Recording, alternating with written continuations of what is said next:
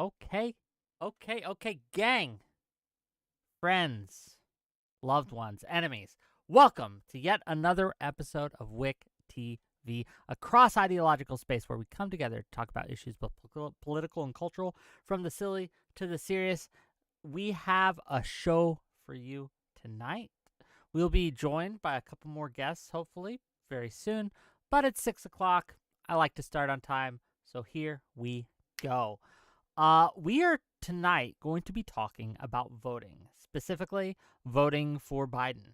Um, a lot of talk has been had recently, especially on the left, about how there is no real difference, no substantive difference between the Democrats and the Republicans. So why vote for either party?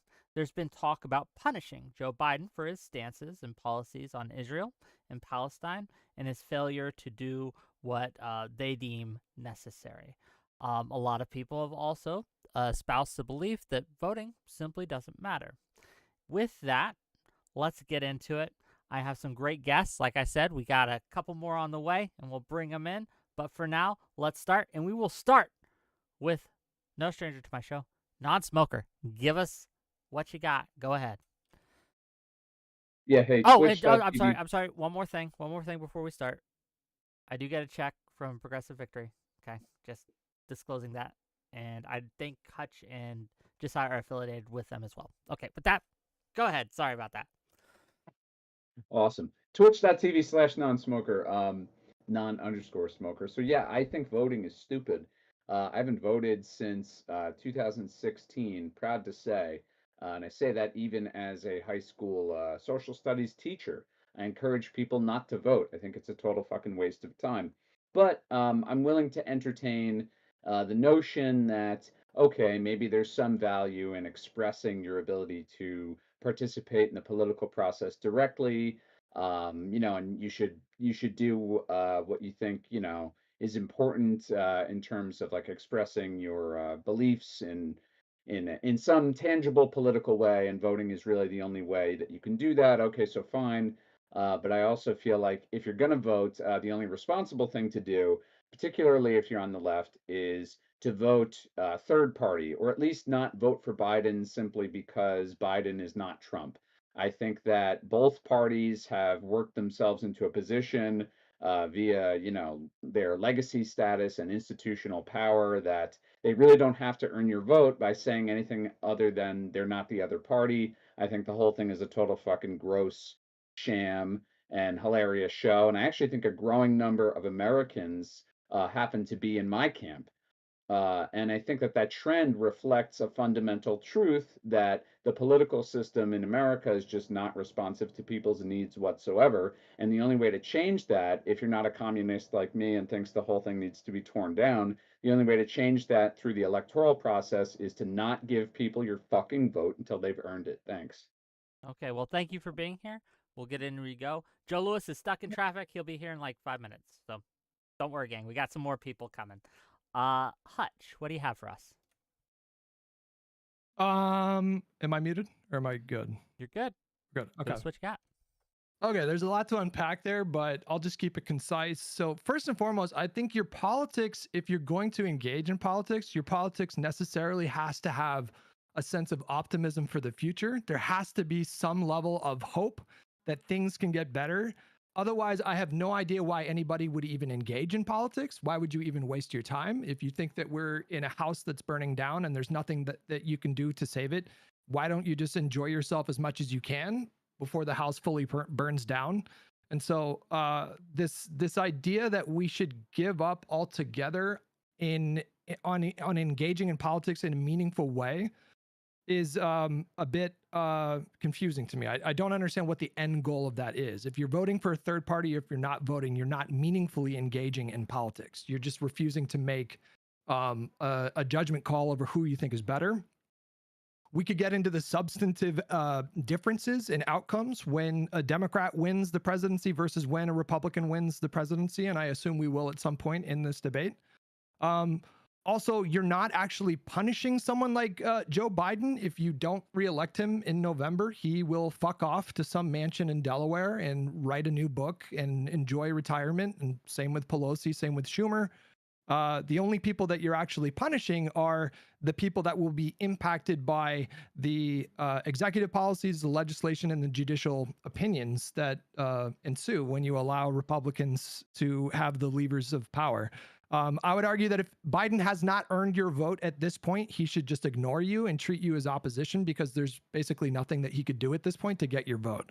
And so if you announce yourself as political opposition, you should be treated as such. I don't understand how you're any different in a meaningful way from MAGA. But yeah. Well, we'll get into it as we go. Thank you for being here, Hutch. And thank you for bringing this topic to my attention, because I think it's an interesting one. But we have more people to get to before we get into it. And one of those people, dear friend, someone I have broken bread with, someone who I enjoy sparring with, and we'll be sparring with later in this week, Josiah from Pondering Politics. Go ahead. Give us what you got. I'm going to begin with a hearty fuck you to Wick. I reject everything he just said. I hate the guy. No, I'm kidding. Definitely looking forward to the sparring this week. Yeah, so I don't know non-smoker. This is my first encounter with him. I sounds very cynical and nihilistic. I share some of that, probably not nearly to the extent that he does. I don't even know where to begin. This is probably just going to be a free-for-all conversation and not an actual debate, given the fundamentally different worldviews we have. As far as I can tell, power matters. The elected positions matter in this country. The President of the United States, Congress, these things matter. They actually wield power in a meaningful way over the lives of Americans. Given that these elected officials respond only to votes, even more than money, right? Money is one step removed from getting these positions. Even if you have the cynical view that money buys offices, you still have to vote. The vote is the most important individual act of civic engagement that an eligible citizen has. It's not the only thing I would argue that a politically engaged person should do, but it's the bare minimum. And all politicians want to get elected, including people like Jill Stein and Cornel West. And if you don't vote, they're not going to get anywhere, in which case, as Hutch says, they should completely disregard what you say. I not only recognize the right of the uncommitted vote to threaten to withhold their support for President Biden in exchange for concessions, I actually support it. I think that's fair leverage of votes to say, listen, I'm willing to vote for you, but I demand concessions in return. But you have to offer these politicians a path to victory in order to get the vote. Otherwise, they are going to ignore you. They should ignore you. And yeah, so I'm interested to see where this conversation could possibly go. I have no idea where it will, but yeah, that's my position. There's a lot of directions to take. Again, I'm just pretty much trying to kill time till Joe Lewis gets in here. But I guess the first question I'd ask, and this is for all of you, right? Why vote? If you don't like either candidate, if you're someone who does not like Biden's policies and you don't like Trump's policies, why vote at all? Well, I mean, for me, again, I think these positions are powerful. I think that I struggle to understand, and maybe non-smoker can clarify, that level of cynicism to me would almost require you to believe that federal, state, and local government doesn't matter, that they don't have any sort of influence on the lives of not only you, but the people you care about, marginalized groups, women, et cetera, and so forth. I do believe that. I do think these positions matter, that they're not just figureheads, that they wield meaningful power for good or for ill. And in the case of the duopoly that we have two viable candidates, Trump or Biden, the head of the Republican Party, the head of the Democratic Party. Joe Biden could slip into a coma right now and emerge from that coma a day before the election, and he would still have a greater statistical chance of winning the presidency than Cornel West or Jill Stein. It's just not possible. Anyone who says otherwise is either an idiot or a liar.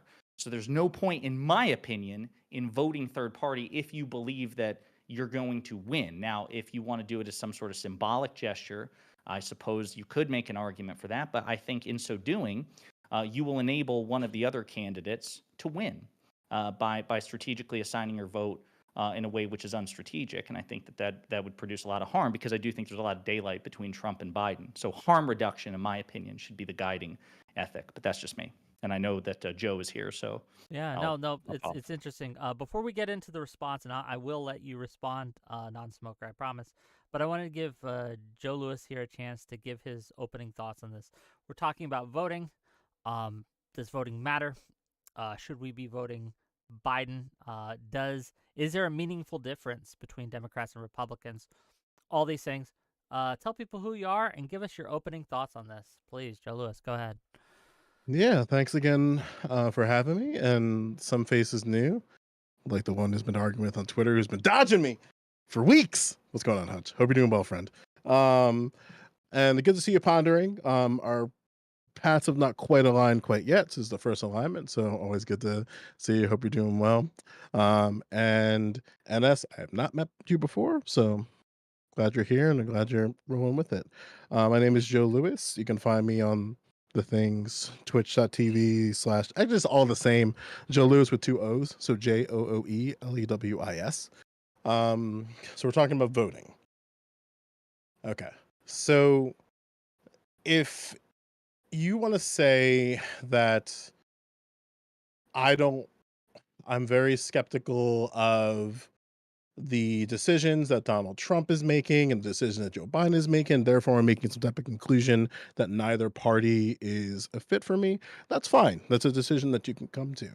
The thing that I'm a little worried about is in the current conversation about voting and about electoralism, it definitely comes off that people think that the only thing is the general, and that the only way that you can actualize your politics is one through voting, and voting is the only way of actualizing that in the real world.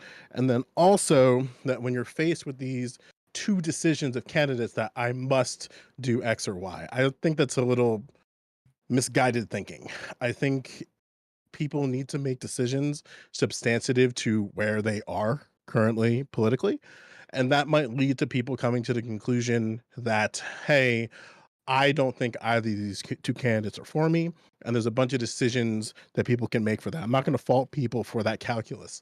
I will, however, fault people for the idea that the only thing is just the general and just and primaries, and then my only participation in politics is electoralism. That's generally been my critique as of recently, because I'm somebody who's currently voting for Larry Ham for my for the current Senate seat in New Jersey between Andy Kim, Patricia Campos Medina, and Larry Ham. Larry Ham has my vote as it currently stands. And I'm currently standing as uncommitted because that's an official vote that I can do for my ballot. That's not something that other states can do in a substantive manner. And I emphasize with those states.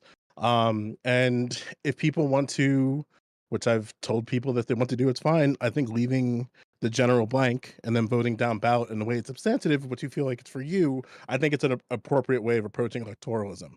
The concern I have, though, is, again, when we're engaging with politics, there's more than electoralism, and there's more ways for you to actualize change in a community around you than just that. Now, there's a bunch of different activities within electoralism, but the conversation is never really about that.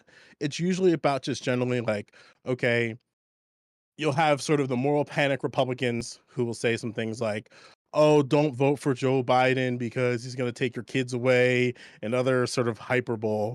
And then you have the Democrat moral panic, which is don't vote for Donald Trump because it's going to bring forth fascism, or it's going to be the end of democracy as we know it. I have no reason to believe that the status quo is going to change within a Trump presidency or a Biden presidency. I think that the big difference is sort of the nuance of the rhetoric around that. Like, I think Donald Trump might say the protesters who are protesting Palestine are insert hyperbole charged word to garner followers and support, and that's going to be a little bit more gauche, but Joe Biden doesn't care either. Okay. So it's like the substance of those two things are going to be different, and there is substance of those two Yeah, I want candidates. But to round out my take, once you land the plane, and then we can get into yeah. the opening. Yeah, but around the plane, I'm curious more about how we participate in politics within electoralism and beyond that, more than I'm really interested in the conversation of Joe Biden versus Trump XY type of dichotomy. Okay, there's a lot I'm sure to respond to from everyone, so I'm just gonna open up the floor. Go at it, Kings. Go ahead. Well, there's a couple things that I want to tackle. The first one is it would be helpful if you could define what status quo means to you, because this is a term that gets thrown around a lot and it's super vague. Yeah, why don't we start there? Can you unpack what you mean when you say status quo? The typical navigation of the current political system.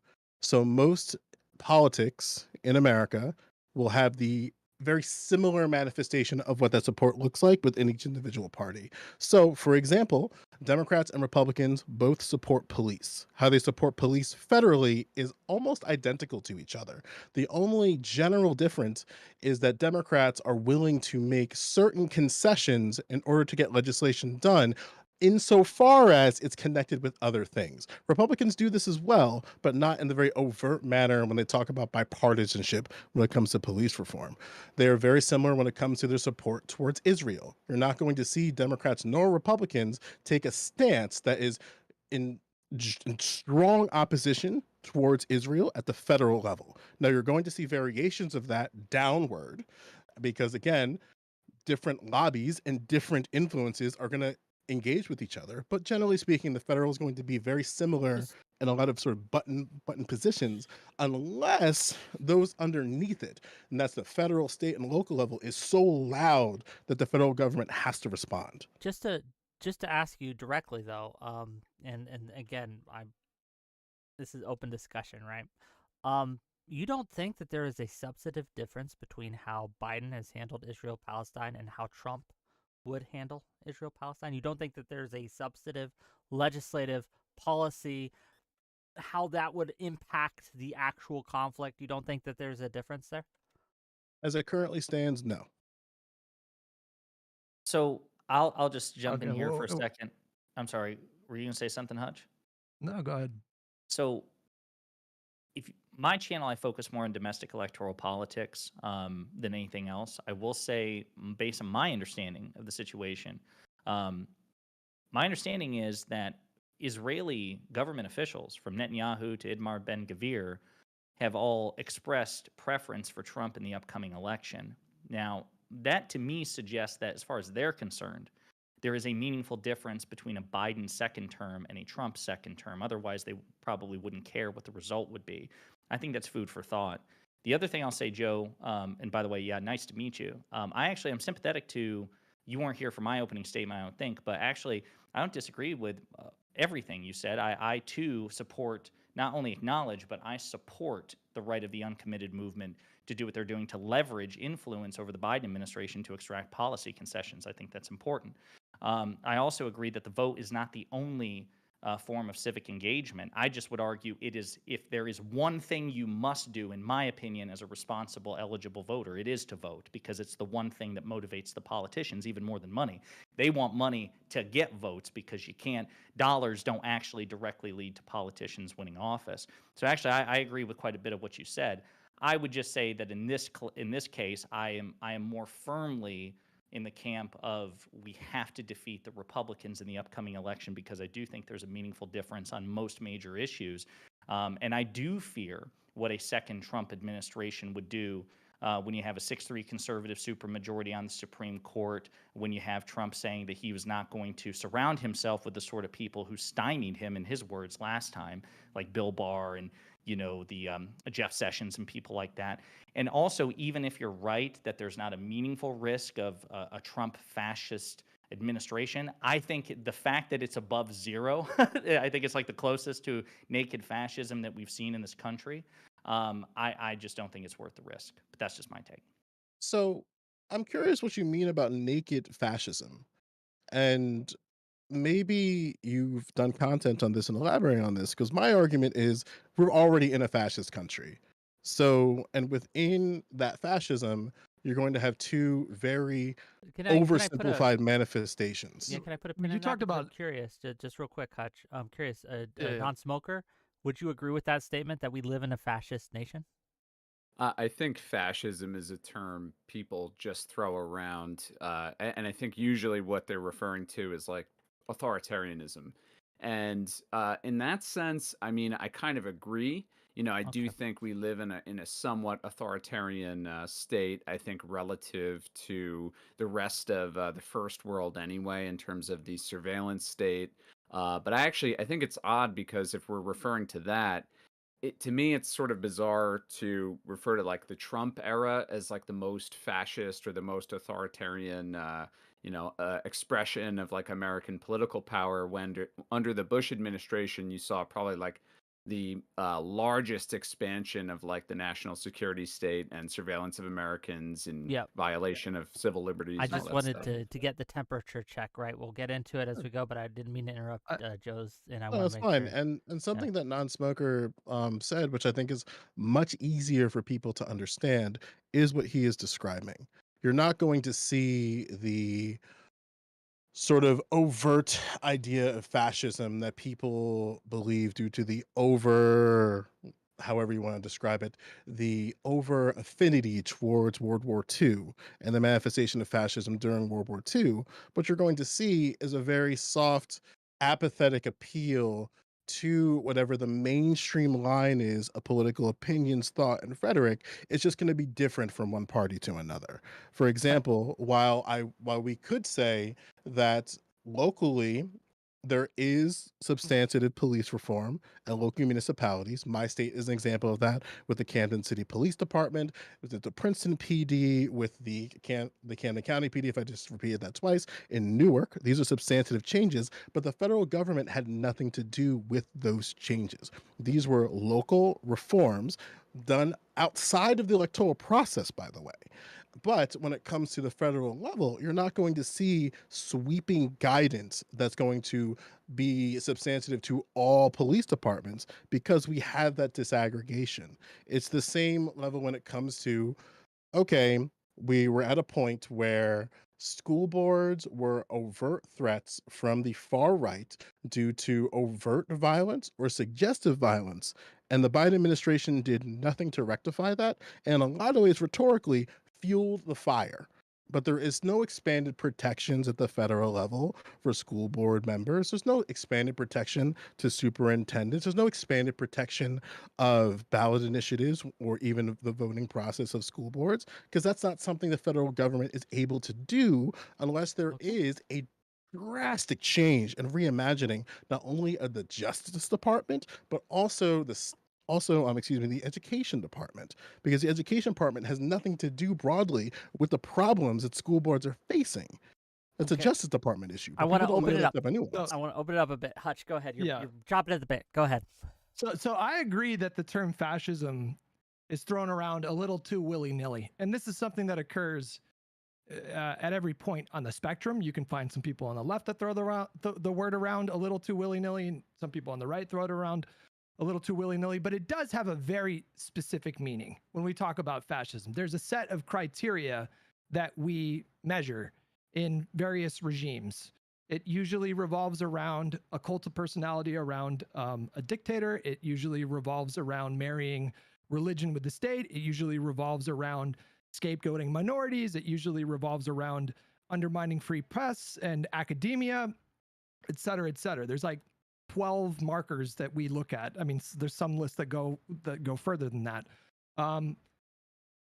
I find the idea that the United States can be considered an authoritarian state, I find that to be a bit absurd when you consider the fact that you could, and we have examples of this, obviously, you can start a streaming career and become a millionaire when your entire content platform revolves around pushing the narrative that America is the most evil country on earth. Why don't you just name them? Like, if you're going to make- talk about it, you might as well say their name. Go ahead. You can. It doesn't even need to be millions. You can make a comfortable living, spending all of your time doing nothing but criticize the American government. When I think If of you're talking about Piker, he had like institutional hold on help real quick. doing Let me just finish my. When I think of an authoritarian government, I think of if you go to China and if you stand on a street corner holding a sign saying "fuck the CCP," how long before you are literally snatched up and thrown into a political prison? The question I want to ask you is, when you think of like historical fascist regimes, Can you give me like, how does America compare? Like when you think of America, what other fascist regimes does it remind you of? I think that's a little bit of a misguided question that's trying to lead to something that sounds like you're trying to get a clip or something. I'm not saying you're trying to do that, but it's very easy to see the cult of personality that is the president of the United States. We can see the cult of personality that is the passing on of the previous administrations, whether that be somebody within a particular cabinet getting pushed up to be a vice president or maybe even a presidential candidate, and also the cult of personality that engages with our social institutions. Barack Obama and the Obama family is not only a presidential entity that exists in the political identity, it's also a social identity. Those two things are entangled with each other, and this is true for a overwhelming majority of presidents. It's like the only difference is in some manifestations, if the president dies, the entire country doesn't stop to memorialize them. However, we do have a continuation of the cult of personality of the presidency. Unless we disagree with that, But Biden does not have a cult of personality around him, period, end of. do you believe? But he's the carryover of the Obama administration, which was my point. It doesn't matter. It's something like what 75% of Democratic voters don't want him to be the nominee, despite the outcomes in the primaries. He's not beloved on the same level that like I don't think you're engaging with what I'm saying, Hutch. He's just because you're simply not skipping. He's just unpopular. Yeah, respectfully, if he was respectfully, popular, Finn, he would have a hold on, cult of can you- personality. Hey, hold on. Hey. Gang. All three of you are talking at once. I like the energy. I like the passion. That's good. That's fine. But we got to go one at a time because otherwise no one can hear you. I want to toss it to Hutch. He had a question, and then we'll go non-smoker, and then Joe. That's order. Go ahead. Well, you guys just didn't address my question.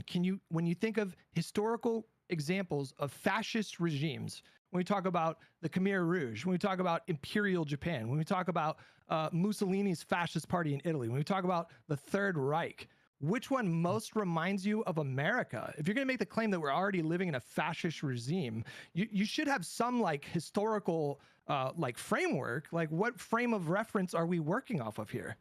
Do you want to go, Smoker?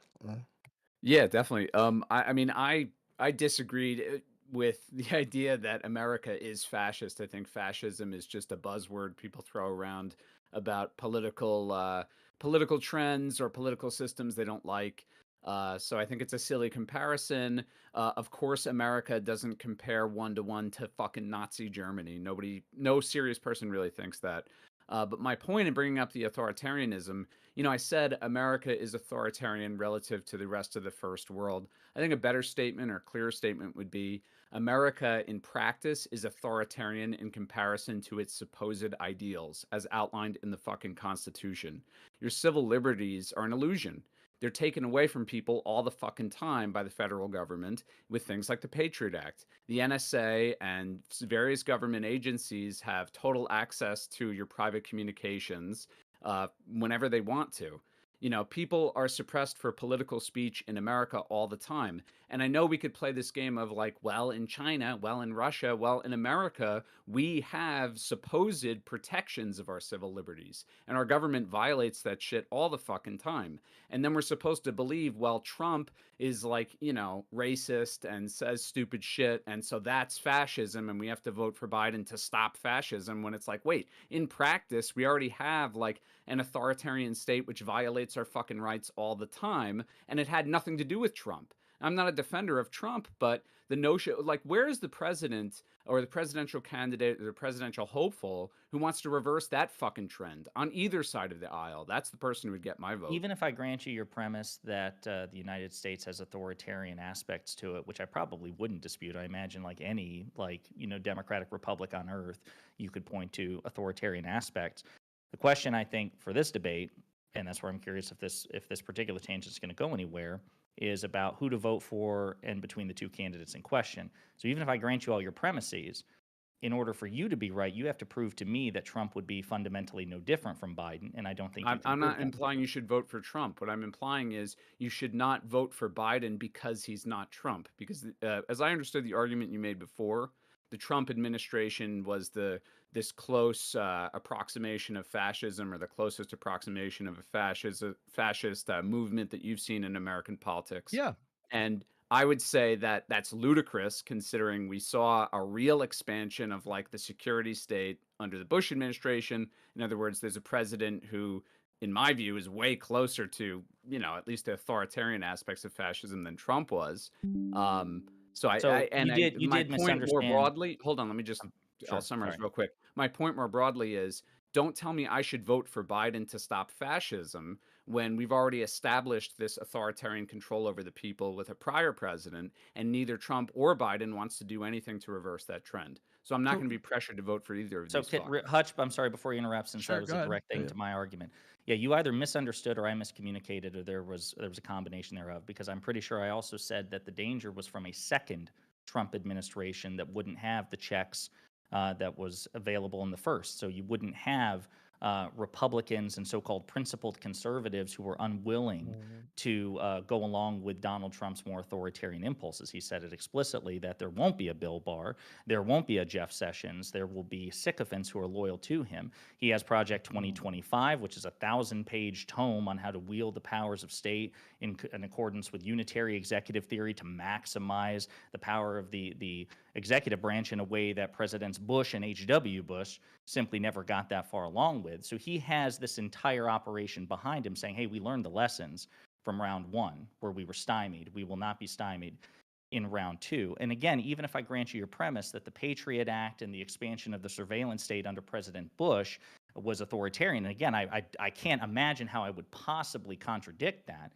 That presumes that it wouldn't get or couldn't get meaningfully worse under Donald Trump. And that's the part where I think we're missing each other. Even if I grant you that, okay, fine, there was authoritarianism from previous Republican administrations. Unless you think we've maxed out the authoritarian cap or capped, it doesn't matter. The question is, what will Trump do if he's given the levers of power? What will he try to do? And I think it's not just a question about an expanded surveillance state. It's also other aspects of fascism that Hutch mentioned, as this charismatic demagogue, this guy who appeals to some sort of sense of national chauvinism, who wants to scapegoat immigrants, who is blatantly anti-science, anti-fact, who inundates himself in conspiracy theories, brazen conspiracy theories.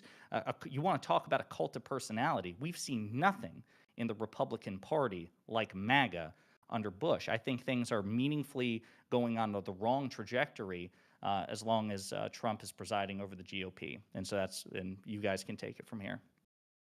I mean, I just like to say there's probably, just off the top of my head, at least half a dozen presidents in the last 100 years that function with a cult of personality that's similar, if not doesn't rival in terms of popularity, It's Trump's just cult of not like personality. it's, and Like that's the nature even of American politics. That's yeah. not the Like, only aspect of but fascism, though. but Fascism No, is I know, the but smoker, you're like going this off is some list as if this that's is like this formula. It doesn't really work like this that. is why I how don't. Let's go to historians Joe. Let's view go to No, no, fascism. no. Joe. We're not historians, bro. We're streamers. I am. So I I actually think have a master's something. in history and I teach Oh, history. I am a damn. historian. Well, And I'm fuck me. telling you that's not how it Damn. functions. Well, It's how do not you like tell you me have how So maybe, fascism is? so hold on. So maybe there's something a little bit more productive. And I think Pondering is trying to shadow box that to that point and doesn't want to say it outright. I think debating the semantics of fascism is going to waste us a lot of time if we have a hard out for like It 7:38. is gonna waste a lot of time. And so- I'm sensing that it's possible for us to move this in a different direction, right? Because even in my position, even though I said, right, that sure, we're living in a fascist country, I think an easier way, and a way that I would argue that it's easier to understand, and I'll simplify it even more, is that there are a lot of contradictions to the way we're supposed to move in society and how America is supposed to function. And then met with those contradictions, that can push people in either direction. For example, when I hear Congressman Andy Kim say, hey, I do not support TikTok and I support the divestment of TikTok due to security concerns about our privacy and our civil liberties, but at the same time, him to authorize Section 702 and in support of Section 702, that's a contradiction to me. And the question that I would ask Andy Kim is how can he be in support of protecting the civil liberties of Americans through the divestment of TikTok, but at the same time support the reauthorization of Section 702. And then if you're a voter, what are you supposed to do with that? And maybe we could start there. Like, what is a voter supposed to do when a candidate, in this case, Andy Kim, has one support of saying, I support the protection of American privacy. TikTok is a threat to that privacy, and we ought to divest from that. But at the same time, authorize a particular section that of the Foreign Intelligence Surveillance Act that people are in vast disagreement upon. What about I think candidates who would that's support both of those things? Like candidates who instead of, like you said, you point out the seeming contradiction. So who are those people then? Would be my question. I mean, we don't even need to go there because I don't think that these things are comparable. When we talk about forcing ByteDance to divest from its Chinese interest or whatever, we're talking about blocking a company that right now is beholden to an actual authoritarian regime. So they banned TikTok in their own country. So why would we allow an app? Why would we allow a hostile or an adversarial sort of frenemy foreign country to potentially have that level of influence in the United States within the discourse, the algorithm, data collection? Like, what if this was authoritarian? Do you think China then has the Let influence him finish. Let him finish, Smoker. I'm curious. What? Every company that does business in China is beholden to the Chinese Communist Party. Hang on. Like, so hang on. Okay, if I may, they can literally. Hold on, but we need to establish that this is a real thing. Are you they can trying literally to make disappear heads of TikTok businesses? is a Taiwanese company with headquarters in America. So I'm trying to understand how TikTok is beholden to China. You can ByteDance is a company it's a Chinese company. They have a controlling interest. And if you allow a country like that to put, even if the simple risk of it is there, I think that's a valid concern. Like, why would we? Yeah, I'm just throwing a flag. I'm throwing a flag on the play because I can see this happening, and this almost happened with fascism. It's almost happening again. It's happening again with TikTok. I want to make sure that because these are good things to bring up, and I understand it's longer than this purview we have. I want to focus in on voting and electoralism and the differences in the party, because again. These are good illustrations of differences, right? That we can point out. You can also point out contradictions, right? Where, they support this bill that we like, and then they support this other bill that we don't like. But for me, and I'll just interject my opinion here, and then maybe we'll get the ball rolling. I think that if you are looking for someone who to vote for that agrees with all your values, you're going to be looking in vain. That's not how we should be voting. We should be looking to support the candidates that get us closest to our goal. So even if we live in this authoritarian hellscape, vote for the authoritarian who's going to do more good and less bad in every single case, right? If you have someone who is going to be like Genghis Khan, or someone who's going to be like 90% Genghis Khan, you vote for the 90% Genghis Khan, right? Every time. I don't understand, and maybe you guys, maybe not Smoker and Joe, you can help me. I don't understand this, like, if they're not perfect, we should just not vote for them. No, I just don't understand it. I don't even think that's the case, right? Like, maybe I didn't say this in my opening clearly because I came straight out of traffic, and Jersey traffic sucks. So, and I'm a little bit calmer now, I'm less warm. So maybe it's an easier way for me to articulate this idea, right? I think that the lower you get down in the electoral ladder, the influence and the overt influence and substantive influence that you can see is drastically significant. I'll cop to all that, right? But that doesn't mean you shouldn't vote for general politics either, right? Like, because you should vote for local more doesn't mean, like, you don't have like a limit of I can't vote in the general because I'm voting in the local. Which I understand, because I was going to continue in saying that when you make it all the way up to the federal government, I would argue you have slightly more freedom in your choice. I'm in a blue state of New Jersey. We have not had a Republican support of a president. I think maybe Bush. I'd have to look back to that. But I think like HW was the last one, and then we just swung. Now, there are manifestations of Republicans that are trying to fight back, but those Republicans are not consistent with what we know as a Republican Party that we know at the federal level.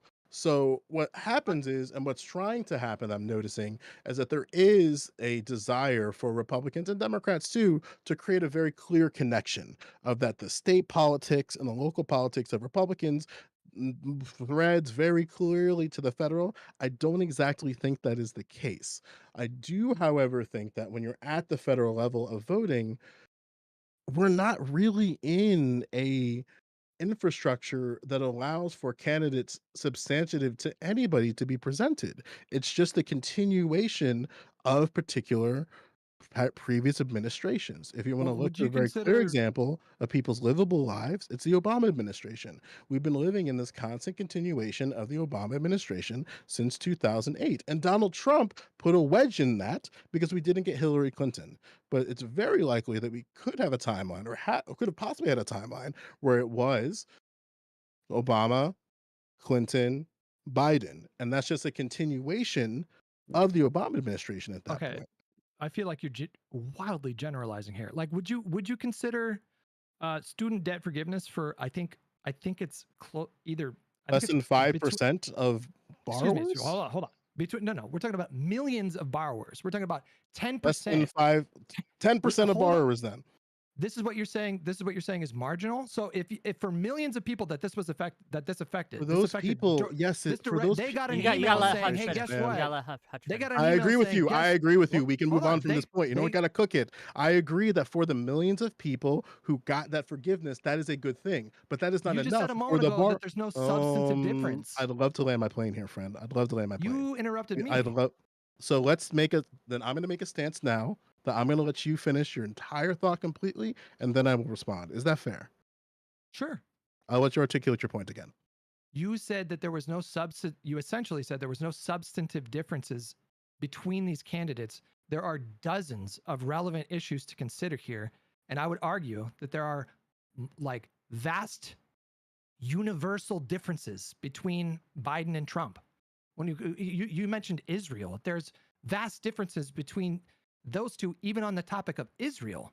But I sense that because Biden doesn't support like sending in the Navy SEALs to coup Netanyahu, that anything less than that can all just be lumped in the same basket. Biden is publicly pressuring Netanyahu to entertain talks of a two-state solution again. That alone, in and of itself, is way beyond what Trump would be willing to do in terms of using the presidency to pressure Israel, which they're not going to just like bend the knee to whatever a U.S. president wants them to do. Netanyahu literally just like 5 days ago made a public statement saying the United States is not a vassal state to Israel is not a vassal state to the United States. He's just not somebody that you can just force to do whatever you want. So let me ask this: are you finished, or I just want to be clear? Yeah. On a number of like on dozens of issues, for you to say that there's no substantive difference between the two, I find that baffling. Now I'm done. Okay, so let's approach the Israel question gently. Do you believe that Joe Biden, at any point in his navigation around the state of Israel, would impose military sanctions on the state of Israel? If yes, why? If no, why? He has on the settlers, hasn't he? He did sanction settlers. Didn't they? He's talking about sanctioning the entire Israeli military. Speaking particularly military sanctions, yes. If the military campaign in Gaza escalated to the point where, like, I don't know what the number is, but it would be a number far greater than where we're at right now, then maybe something like that could happen. Okay. Non, you wanted to get in? Smoker, don't take it. I am just letting that ball go in. It's all good. I actually think Israel is a great example of, it's a great way to respond to what Wick suggested before. Because I've heard that argument many times from, like, honestly, well-intended liberals. I think the colloquial term is the harm reduction argument, right? Like, okay, we want the candidate who's not perfect, but they're definitely better than the other one, right? And then gradually, over time, slowly but surely, things will get better, we promise, for real, guys. Israel's a great example, because with Israel, I mean, I do agree with you, like, and it's difficult to disagree, that Biden is marginally better than Trump on Israel. Trump is probably one of the most pro-Israel people in American politics, at least who has any chance of being president. That being said, the reason that Biden's, supposed like defense of the Palestinians is not sufficient is one, Biden just presided over and signed into law a bill which gives Israel billions of fucking dollars in the middle of this genocidal campaign in Gaza.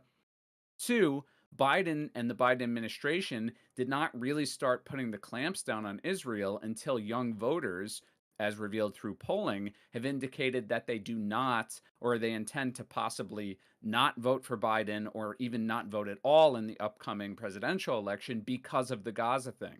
And I actually think this opens up an interesting point in general, which is to say, it actually refers to something Josiah said earlier about, or no, I think it was actually Hutch, about how, not voting for Biden ultimately doesn't hurt Biden. The fact is, these people are actually deeply, deeply fucking concerned with people not voting for them and them losing elections and them leaving office, right? And the best way to get their attention, as evidenced by this student movement and the polling that reflects that young people don't support what Biden is doing, the best way to pressure them into getting them to do what you want is by not voting or at least threatening not to vote. So Right? It's been a proven effective strategy. So, yeah. What do you have to say to that? I'd like to respond to that a bit. So Hutch was the one who said that, but I actually agree in part. It's funny, I'm kind of somewhere. I'm not saying directly in between you, but not quite where Hutch is in the sense that, as I said, I not only acknowledge the right, I support the right of the uncommitted movement to try to pressure President Biden for concessions. I think that is responsible civic engagement. But the notion is you provide a path to victory. It's not, I will not vote for you. That's really stupid because you're forfeiting your leverage. That's dumb. I just want to be so clear about this. So stupid. However, if you say, I may not vote for you if you don't do what I want, that's much more understandable. Can I ask a clarifying question, Pondering? Sure. I'll let you finish cooking. Because I want to just see where we're at that portion, because I might save some time a little bit later. Because I agree with you that the uncommitted movement is something that we ought to support as a means of influence towards something greater, right? If I'm paraphrasing what you're saying. No Smoker, do you agree with that premise?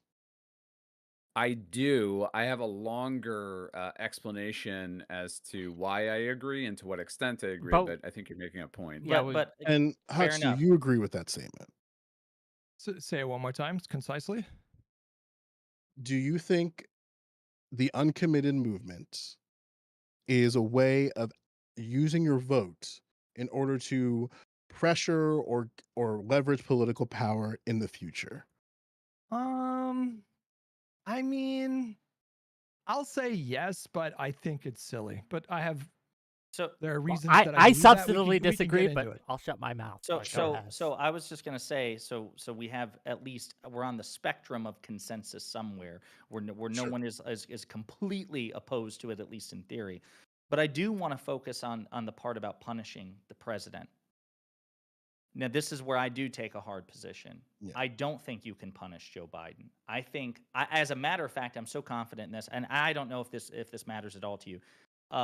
Non-smoker, do you know Mehdi Hassan? Yes. Do you like or respect Mehdi Hassan? Kind of neutral view, honestly. Fair enough. And I'm not saying you're obligated to take his stance on this either. And Joe Lewis, I'm not sure about you. Do you like or respect Mehdi Hassan? I think his racial politics are pretty terrible. But I do think he does have some strengths in other areas. But generally speaking, I think he's just another harmless commentator. Fair enough. So he is somebody that I think has been a pretty outspoken advocate for Gaza and for Palestinians and an outspoken critic of the Biden administration. And he has said, because I was able to ask him this question directly, and he also agrees. He's like, it's foolish to assume that you will punish Biden. And here's my thinking, and here's his thinking, and here's the thinking of many others. Biden will be 82 years old at the conclusion of the 2024 election. He's a multimillionaire. If he loses this election, he will leave the White House with Secret Service protection, ungodly benefits, stipends for the rest of his life. And for 4 years, he was the most powerful man on earth. If that's punishment, sign me up. We'd all take that offer. So the punishment here is at best wounded pride for a short amount of time. Meanwhile, the consequences potentially for tens of millions of Americans would be considerably more severe. I just want to be clear, there is no meaningful punishment that you can extract from Joe Biden by costing him the election. Period. And if anyone disagrees with that, I need to know what that punishment constitutes in a meaningful way. To steelman that, if I may, and JayMac has figured it out. Hopefully he'll be joining us soon. It's not about punishing Biden. It's about punishing the Democratic Party by getting the Democrats out of power because they have failed, and their leader, which Joe Biden is, has failed to perform in an adequate manner that they found acceptable. So to send a message that they will not be ignored, that they will not be sidelined, that they will not be, disobeyed, they have decided to punish the head of the Democratic Party. So Joe Biden's personally may not get punished, but the Democratic Party, and would you disagree that by losing the election in 2024, that the Democratic Party wouldn't be punished? I find the premise kind of flawed to begin with, because you're not punishing you're punishing yourself. You're punishing the country. Well, for a lot of these people, they're rich already. Like, let's be clear. A lot of these people threatening not to be Joe Biden, they're whiter than me, right? But you elect the party that you want, and if you voluntarily give up all of the power that you have, you're not punishing anyone but yourself and the most marginalized people. Can real quick respectfully, Hutch? Respectfully, can Joe respond to me because he started to say my name? Yeah, I'm letting Joe. I will say, Hutch, fam, I'm an American descendant of chattel slavery. I've been fucked since I've been free. There's not been a single political party that's actually actualized the redress that's required for American descendants of slaves. And even at the point of the Democrat Party agreeing with reparations, they give us H.R. 40, a committee to research when the research and data is already out there. But then when the rubber hits the road of, okay, Democrats, in particular in my state, in my election, Andy Kim, what substantive thing would you do to push forward the actualization of reparations? His argument is the same one that Raphael Warnock articulated when I asked him this question, when AOC articulated when I asked her this question, when, God, what's that other dude's name? John Ossoff? Ossoff was asked when he was engaged with this question. It's all around the concept of HR 40 and then a disengagement of that towards a more class politic framework, a class politic framework that substantively would not reach American descendants of slaves because the researchers already engaged with these arguments. So for me, right, from when it comes to what I'm looking for, which is an actual redress in that particular lane of my political identity, neither party is substantive to me. And in the face of that, am I just supposed to wait until all of the American descendants of slaves die? Because we're on a trajectory of complete extinction off of the ethnicities of American identity. That's a thing that's going to happen within the next 100 years. And then when it finally comes to redress, I guess we're just going to have to wait until all the indigenous are dead, because we're going to have to wait till all the American descendants of slaves are dead. And then that way we don't have to engage with the problem altogether. Where my argument would be, when you engage with politicians where they're at and get them on stances for their positions, that's a worthy politic to have, because you can disaggregate those differences, which is why I ask Andy Kim directly every time I see him, because he's my local representative, about reparations, which is why I came to the conclusion about Larry Ham, because every time when I engage with Andy on these questions that are affecting not only me, but other people within my district and other people within my state, he always appeals to this idea of, well, why don't we work together? Well, why don't we work together? And it's like, I'm not asking you if you can work with Republicans. Democrats, that's their thing. They work with them. My question is, what are you going to do substantively to push forward the things that are affecting the people that are hurt the most? Because the American descendants of slaves are also Black people. So they're being affected by these policies. And I can't have a political identity that only gets recognized when there's an election. Well, I'd rather have a political identity that's recognized all around substantively. And currently, as it presents itself, Democrats and Republicans are not that. But I would agree, however, at the local level, there are Democrats that do fantastic work. It's just that how do we get those individuals who actually care about those things, like the Bonnie Watson Colemans, like the Sheila Jacksons of the world, to get pushed up in a way so that they can actually be a political force? You know what I'm saying? So Joe, we I keep mean, we keep bumping up into the issue of like we have wildly different views of what the term substantive means. Because if you're talking about substantive differences between the parties in terms of political and just to advancements, pause, JayMac, just jump in anytime, right? Just feel free. Oh yeah, I gotta Yeah. soak it all Okay, in. I gotta, understand. I just want to catch up. give he's you marinating right Hutch, Yeah, now. I gotta like continue. a Hutch, sponge, continue. you know? Hutch. if we're talking about substantive differences between the parties, well, it was a Democratic president who signed the Civil Rights Act into law. It was a Democratic president who signed the Voting Rights Act into law. Okay. This administration has announced billions in funding for underserved communities. This administration has done a targeted student debt forgiveness for many Black Americans that live in this Billions of country. dollars in Black- HBCUs. He just Oh announced my goodness. $16 billion of new funding for HBCUs on top of the $8 billion that he had already pursued before. So again, like we just keep running into this issue. You have a totally different sense of like what this, if it's not, I guess if it's not reparations, it's not substantive to you. Is what it sounds like. No. I use reparations as one example because there are a bunch of things that are affecting Black people right now. Black women in my state are 8 times more likely to die, whether it be at childbirth or within the year after that. And when Democrats are faced with that, with an infrastructure problem, the only candidate in my race who is advocating for not only an expansion of the infrastructure bill to extend to hospitals, but the expansion of the infrastructure bill to extend to emergency care, the only Democrat on my ticket is Larry Ham. When I asked Andy Kim if he would be in support of an infrastructure expansion to include hospitals and emergency facilities, he said no, and he is the front runner. So what am I supposed to do with that? I'm supposed to support Andy Kim, or am I supposed to support Larry Ham, who is the candidate who says he's going to, when he enters in as a senator, if he were to vote in, to expand that thing? Because the Democrats in my state are saying to vote for Andy Kim because he supports Black people. But when I engage with a part of that, the expansion of the infrastructure bill to include hospitals and emergency facilities, Andy Kim said no. So as a voter, what should I do with that information? If a candidate who's currently polling at about 10 to 15% is in support of a particular policy that affects people, not only me, but people within my family, what am I supposed to do? I'm just curious about your thought on that, you know? I would Larry argue that in Ham- any election, you should pick the best candidate. That's my position. Like I take the WIC position. Like But if you want to if take it the to, best to candidate- an The extreme, wick position. wanna Sorry, take it to- Granted it. yeah, Oh, you God, know, yeah. if you want to Don't take it ever to the call it most the WIC position. extreme possible like analogy, I would say like if you're given the choice between 99% Genghis Khan and 100% Genghis Khan, you should probably choose 99% Genghis Khan. I just think these crude analogies make no fucking sense when we're Can talking we about clarify? Biden versus Trump. Yeah, Go ahead. Hutch, Can we clarify I- here I- because Larry Ham, if I'm not mistaken, isn't he? You said New Jersey, isn't he a Democratic primary opponent of Andy Kim? Yes. Well, then I mean I don't think. Maybe I'm wrong. I don't want to speak for Hutch. I'm definitely speaking for me.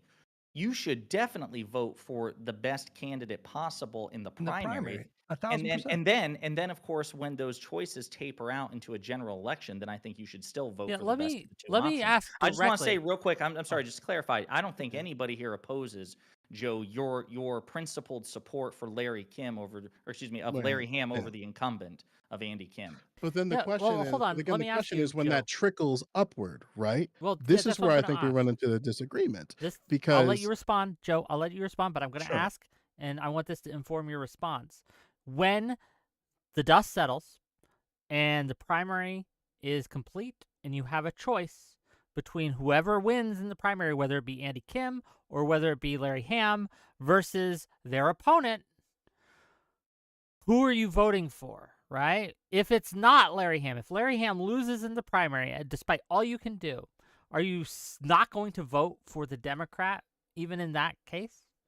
I would take Larry's position, which he's talked about as well, which is the same position I hold, is that in the state, when it comes to congressional seats, if the candidate that I'm choosing to vote for supports the candidate who beats them for whatever reason and has a substantive reason why and can articulate that, then that would garner my support. When speaking with Larry Ham directly, it seems like his approach in a situation that he would lose is that he would still continue to pressure Andy Kim with every extent of his power to be in support of these things. And he also argues, which I also agree with, is that bullying him in all costs for those things for New Jerseyans. But as it currently presents itself for Larry Ham, is the same position I hold. In the face of Andy Kim versus a Republican, a challenger, despite the fact we're a deep blue state, I would still support Andy Kim. Even Yeah, well- though that does not mean I would passively allow Got him you. 2 to 4 years of power, if that makes Got you. sense. JayMac wants in, so That he answers hasn't your question, spoken Pondering at too? all yet, so we're gonna No, give no problem. JayMac No, a it's chance. okay. Yeah, Like yeah. I said, I have some catching up to do. And real quick, Joe, are we talking this local or federal elections? Because I'm not familiar with New Jersey as much. This is a federal election in the state Federal. Senate. So Okay, so you said- currently, gotcha. yeah, for context, Andy Kim is running for the Senate. He's no longer running for his congressional seat. So that position is currently open. It is in a very Okay. pivotal point when it comes to New Jersey politics, considering that we are in a very precarious time of a political landscape in Jersey. But yeah, generally speaking, like Andy Kim is just another establishment liberal Democrat, and there's heavy pushback due to a bunch of issues.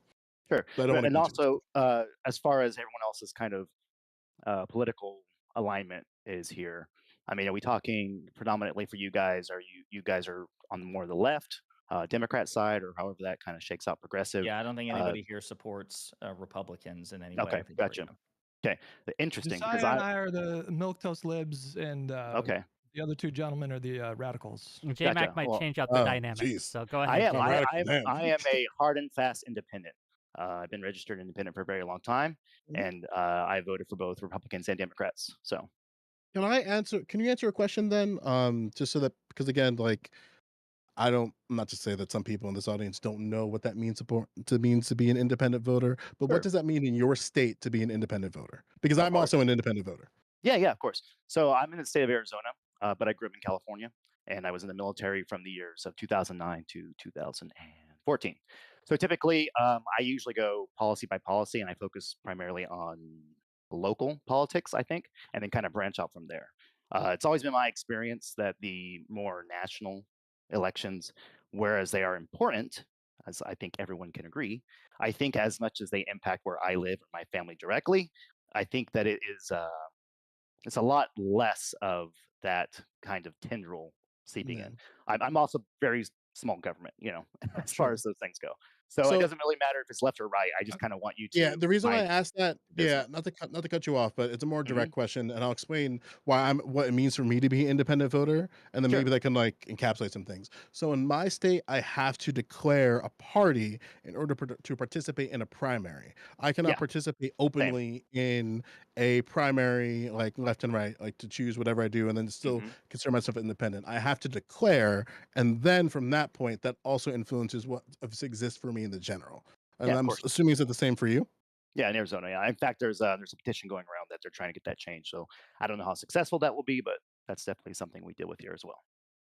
I feel like we're veering off the relevant topics here because, as Josiah said, I don't think anybody would dispute the fact that you should absolutely vote your conscience, your heart, whatever, when it comes to primaries. I thought the core focus of this debate was going to be whether or not you should participate meaningfully, i.e., like vote for one of the two parties that can actually win in national elections. I feel Okay. like we're getting lost in stuff we don't No, even but disagree on. but I think that Well, I think disaggregating those two things is cute, but it doesn't really engage with the actual situation at hand because Well, the I think- president hold on. is going What's to the be focus of the hold on. debate? Hold the on. president is going to be interacting with the very people underneath them who will be voting I in. understand, but For I don't think example, anyone disagrees. I what the does not feel like that, It but does not feel like that. Who here is against voting in local elections? Raise your hand. that's not this is why sometimes your moderation's a little strange, friend. So let me just make it a little bit clear, right? And I love you, fam, but respectfully, that was some pretty suspect moderation. But the point I'm trying to make here is that the president is not voted in a vacuum. He's still engaging with the members of Congress when they want to get things actualized. He still has to engage with getting officials in positions of power that he wants. It's one of the reasons why the Trump administration lagged for as long as it had, and why they didn't even have a chair of Homeland Security, because they were railroaded for 4 years. So in actuality, the question is, okay, not only are we going to, in this case, support Joe Biden, but if Joe Biden comes in and then there's a Republican majorities underneath him, whether it be in the Congress and the Senate, then what's a Joe Biden presidency going to do? There has to be a concentration from the senators and the Congress members and the presidency. And if those things are not aligned, and in my case, if I can't support Joe Biden right now, then I sure as shit better be focusing on the Congress and the Senate, because if anything, in my position, that's especially more important, because those are the people who are going to be in charge of voting the very people. But nobody disagrees with this. Nobody disagrees with this. So in a position where if I said I'm not supporting for Joe Biden, I'm going to vote for Cornel West. That's stupid. Then there's a disagreement then. Like, so, but then it's crazy, man. Like, this is silly. That's the very thing I was talking about. Because let's say if I support Cornel West, but I support Democrats underneath in the Congress and the Senate who are also in support of Cornel West and substantive policy, that's still a stupid decision, you think? Cornel West is not going to win the presidency. He's not going to win. Does anyone else find it like totally like ironic that these people are advocating for people to participate in the democratic process, while openly like speaking against their democratic expression? Like, don't vote for this candidate, and you have to vote. You have to vote, and you have to vote for this person. It's like this authoritarian reflex to preserve democracy. It's a little like contradictory, isn't it? So I would have phrased it much more diplomatically to Joe, because I want to probe where this goes exactly. Because I thought he was talking about delivering progressive majorities in the legislature to a Democratic president. We'll get to that in a second. Just real quick, though, with respect, non-smoker, I don't think any of us who are pro-democracy are obligated to appreciate, like, or respect every decision a person makes. So I can be pro-democracy and also think it's really stupid to vote for a Republican. That doesn't make me anti-democratic. I'm not obligated to say, you know what? Every vote that you cast, that makes perfect sense. You do you, babe. I'm not obligated to do that. So I think that particular objection is ridiculous, with all due respect. Yeah, but there's like a tonality to this conversation where it's people who are collectively on the left working together to form strategy in opposition to the right. And you guys are shaming people on the left who don't want to vote for the fucking rotten establishment. Your strategy is incoherent. Your strategy is not working. It's not moving the country in any more of a progressive direction. This is devolving. Like the thing that I'm trying to understand here, and maybe that's the thing that Pondering's trying to probe here as well. I'm gonna get your name right. Can you just say your name so I can Josiah. I'm gonna say it, and it's gonna be I promise. So the thing for me, right, is I recognize how powerful Congress is. There's no denying that. The Congress is very, very powerful. But the thing that is very confusing to me is that I support the substance at the congressional level as well as the presidential level. And at the presidential level, it's not reflecting that. I'm okay with using my vote in a different way.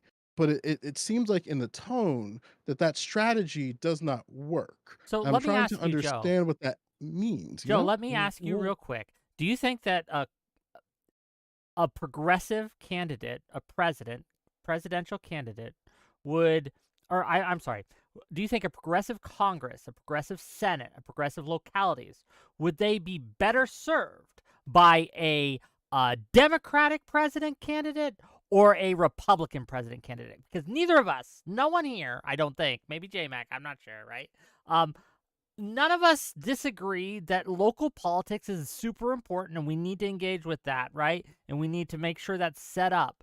But as much as your point to the president having to interact with Congress, the Congress has to interact with the president. So if I'm looking at a progressive Congress and what can they get done? Can they get done more under a Trump presidency, or can they get done more under a Biden presidency? And every time it's going to be a Biden presidency, and we could want, wish, hope, and dream that Cornel West has a chance in hell of winning, but he really doesn't. So at the end of the day, you have two choices, whether we like it or not. There's Biden and there's Trump, which will work with us to get what we want in a better, more substantive manner. It's Biden every time, my opinion.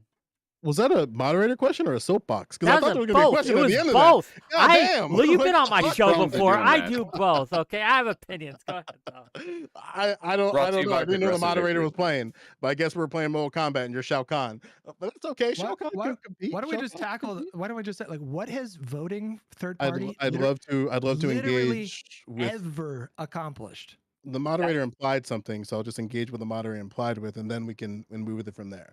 Right? A progressive Congress still has to engage with the president. So there has to be substance in what the president is involved. Because much like in my state, when progressives bring forth progressive policy, my Democrat governor vetoes it.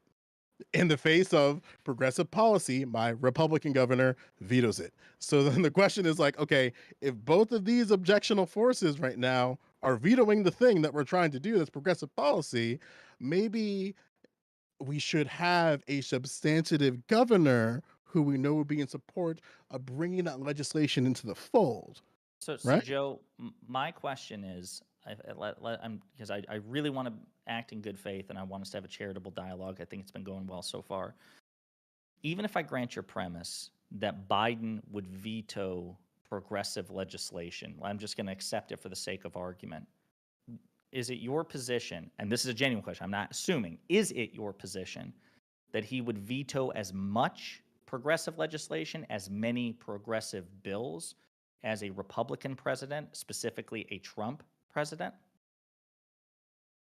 Again, and maybe I'm not clear about this, I don't think that progressivism and leftism are part of the status quo. It's just that the way that they would disagree with them Bro, would be why substantial. are you obfuscating? I Just thought answer we the agreed that question. we would not cut off each other, You are Hutch. you've been We doing it the mutually whole time. agreed You're on that 10 dancing. minutes ago. I go back on it. You're just dancing around these questions. He asked you I'm a Authoritarian not simple doing urge. shit. question.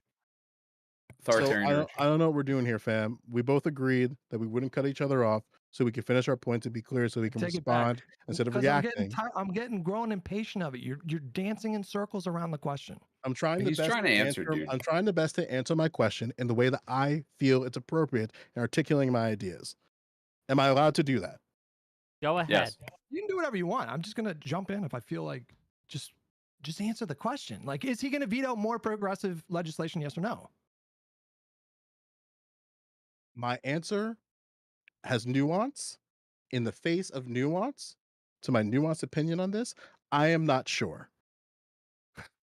Okay. Come on, Okay. man. Well, See, you see what happens, Hutch, when you want directness, but there's nuance involved, which is why it's very difficult. Well, Like, I'm because not when you trying get to, the I'm not direct trying to, answer, it's a I'm not silly trying answer. to drag you on this, but like, just let me finish the point that I'm saying, and then we can engage with that. And if you feel like I don't answer the question, then we can engage further on from there. Okay, well, I have a Josiah question was for making a Joe. point. He got the answer. So what's Josiah's point here? I mean, listen, I completely disagree, but I appreciate the direct answer. I think based on both of these candidates have been president for, well, Biden not yet 4 years, but almost the same amount of time. And I think it's abundantly clear based on the executive and legislative record that progressive policy stands a much better chance under a Biden presidency than a Trump presidency, and with Democrats in control of Congress. Now, it may not reach the threshold.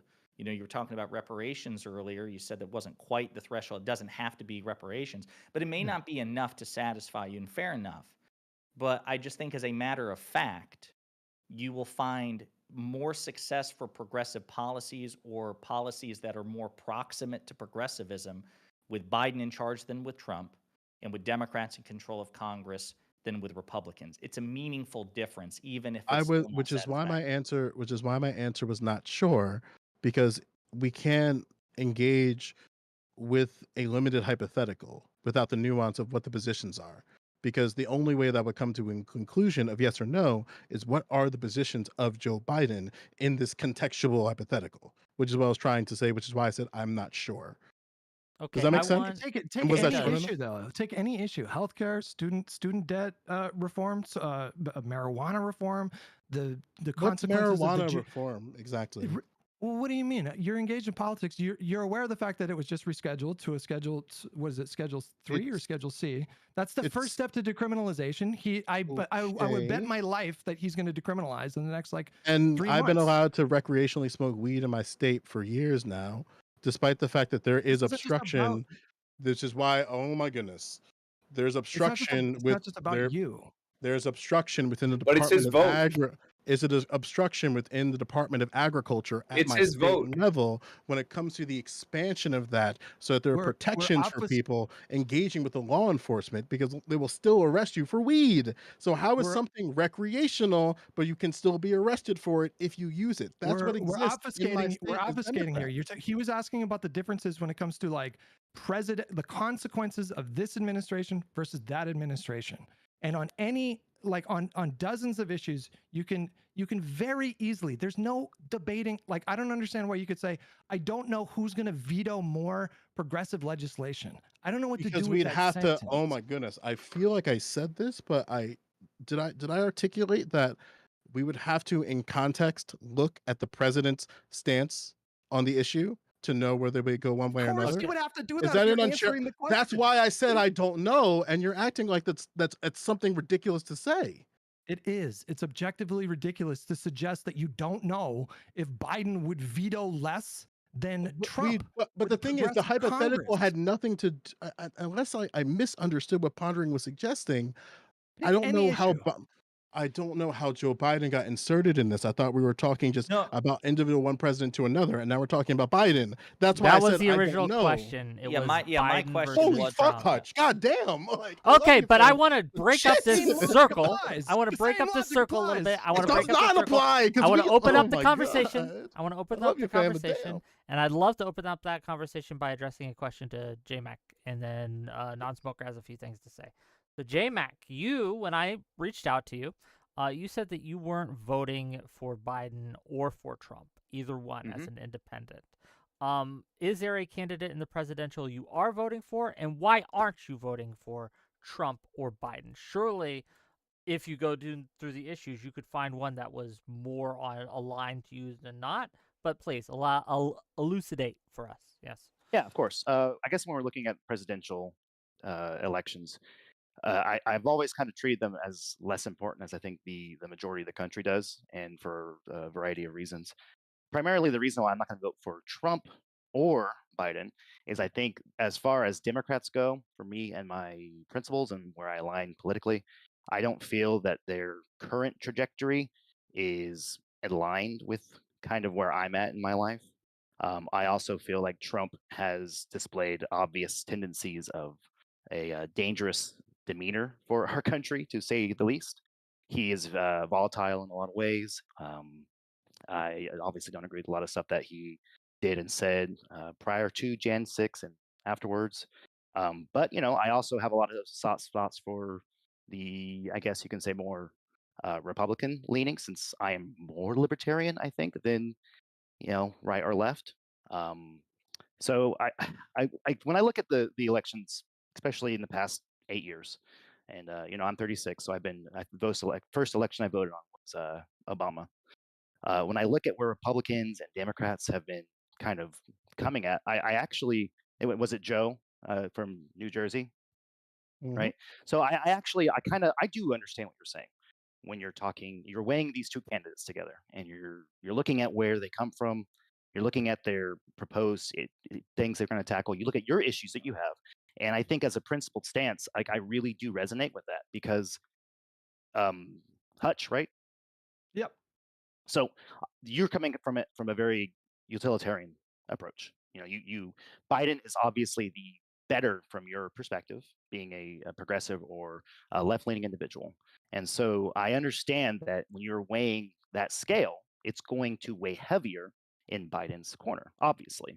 Of course. But at the same time, I also understand when we look at how politics kind of map out, and it's not really that black and white, especially when you start to break down to the lower levels of federal and state politics.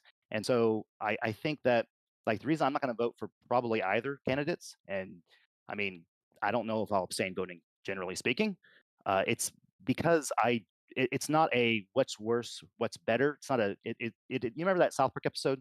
I think it was I can't remember if it was between McCain and A shit sandwich or a douche it's a canoe turd or sandwich and a something? giant douche. Yeah, turd sandwich I and just giant douche. I really want to attack that premise that Yeah, the of course. idea that the who wins the presidency is kind of inconsequential in the end. No, no, In no. the 21st century, well, I don't if think you it's want to clarify, inconsequential. I don't think it's inconsequential so far as the impact that the president or the executive holds. I think it's more inconsequential so far as how it impacts me directly. Now, we can kind of abstract that and go further out in the web of the course of what affects what A goes to B, B goes to C. We're talking foreign policy. We're talking about the military, all that stuff. Yes, the executive is very large in that involvement. When I start to look at what school I can send my kids to, when I start to look at what happens in my county or my state, those elections to me are vastly more important. I when it comes to federalism, generally speaking, or the power that the federal government has, I will always be in the camp of whatever candidate is going to be retracting that power. I don't like the federal government messing with my life. I think Well, New Jersey yeah. is very different than Arizona. I think California is very different than Alaska. So I think the way we have things set up in the United States, as far as the republic is concerned, every state, I think that is a very good metric and a very good way to handle politics on the wide scale that we have it. This country's huge, huge population, several demographics. Go ahead. Well, we just have I'm not going to tell you that your philosophy is wrong. We just have totally different philosophies in terms of how we approach voting in national elections. Yeah, and usually these conversations, when you're arguing from me, from being on the perspective of being on the left and arguing with other people who purport to be on the left about the importance of voting, the conversation inevitably reaches a point where somebody is basically making the case that the differences between the two parties are marginal at best. And I don't know what to do with that when I think of we would not have invaded Iraq if Al Gore had won in 2000. The ACA would never have passed, and people would still to this day be denied health coverage for having cancer if Barack Obama hadn't won in 2008. I don't even know where to begin with Trump. And you can point to, very easily, in my opinion, you can point to dozens and dozens of good policies that Biden's pursued here. And so I feel like that's usually what these conversations turn into. I find the equivalence between Trump and Biden and Democrats and Republicans to be absurd. I find what Joe said to be absurd about you just don't know if a Democrat's going to veto more progressive legislation than a Republican. That to me can I ask respectfully, Joe, I compare this to my existence as a New Jersey resident. Just right? real quick though, And I want to that's make sure that Jay gets a yeah, chance to respond. and that's the to part that's so confusing to me. The black poverty rate in New Jersey has not dropped anywhere lower than 19% across multiple presidencies. The home ownership for black people in my state has never reached 50%. And then I present this data and information to Democrats, whether it be at the congressional level or people I talk to, they start talking to me about black unemployment. And black unemployment's been the lowest time ever. And then I look at my state and disaggregate the data, wow, in the face of black unemployment being at a historical low, in my county, it is still 47%.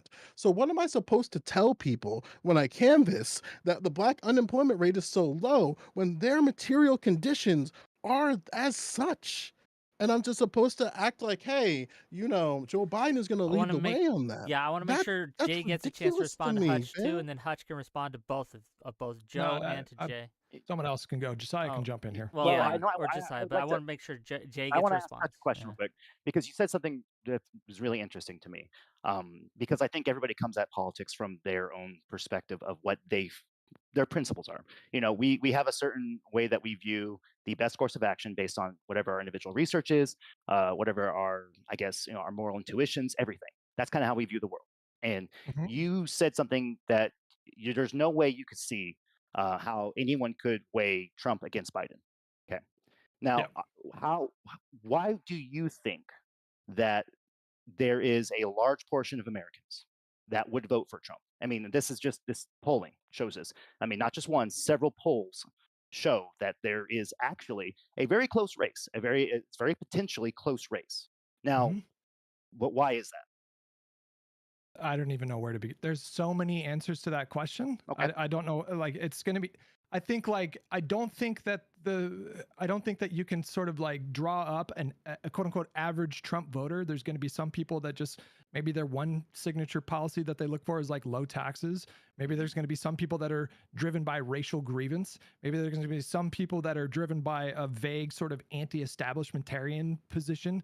There's going to be some people that focus on, I guess, foreign policy. So like, I don't know how to answer that question concisely. It's a really complex question. Yeah, there are Well, many people, answers. There are people who are yes. focused on culture war issues, and they believe that voting Republican is the only way to get the high heels back on the green M&M compared to the sneakers, because that's the shit that animates them. The fact of the matter is the Sure. I mean, rational. I do think that's kind of uh, slightly making light of some of the culture issues. I mean, obviously that particular case, of course, was stupid.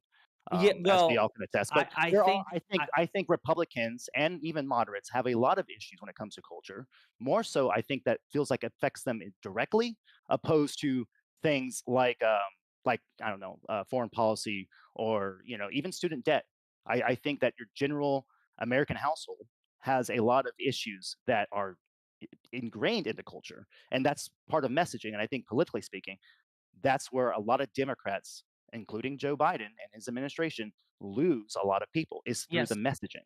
So I won't sit here and dispute at all that Democrats have had a long-standing messaging issue. It's maddening. I'll also point out though that the rational actor notion of voting, it's a myth. People tend to vote based on vibes. How often have you heard, I voted for this person because I could get a beer with them? Right? Sure. That is, rationally speaking, an extremely stupid reason to vote for somebody. But a lot of people do it, not just Republicans for that matter. But yeah, I think that there's a confluence of reasons why people vote the way they do on either side. You can't reduce it to just one thing. But in terms of evaluating the substance, I'm with Hutch. There is no contest here. The fact that millions of Americans will vote for Trump doesn't contradict the fact that on the substance, I think, especially if your value, I mean, you're an independent, so this may be a challenge because your values might be different from ours. But for the rest of us who are more left-leaning, there's just no contest that Joe Biden will get us closer. Democrats will get us closer to preferred policy outcomes. And I'm trying to be as charitable as possible to Joe and to non-smoker here. Or at the very least, not take us in the opposite direction. I think a good metaphor for voting, as crude as it is public transportation. If I want to get from A to B, I'm going to take a bus that gets me as close to B as possible. It would be really, really, really dumb to take a bus going in the opposite direction.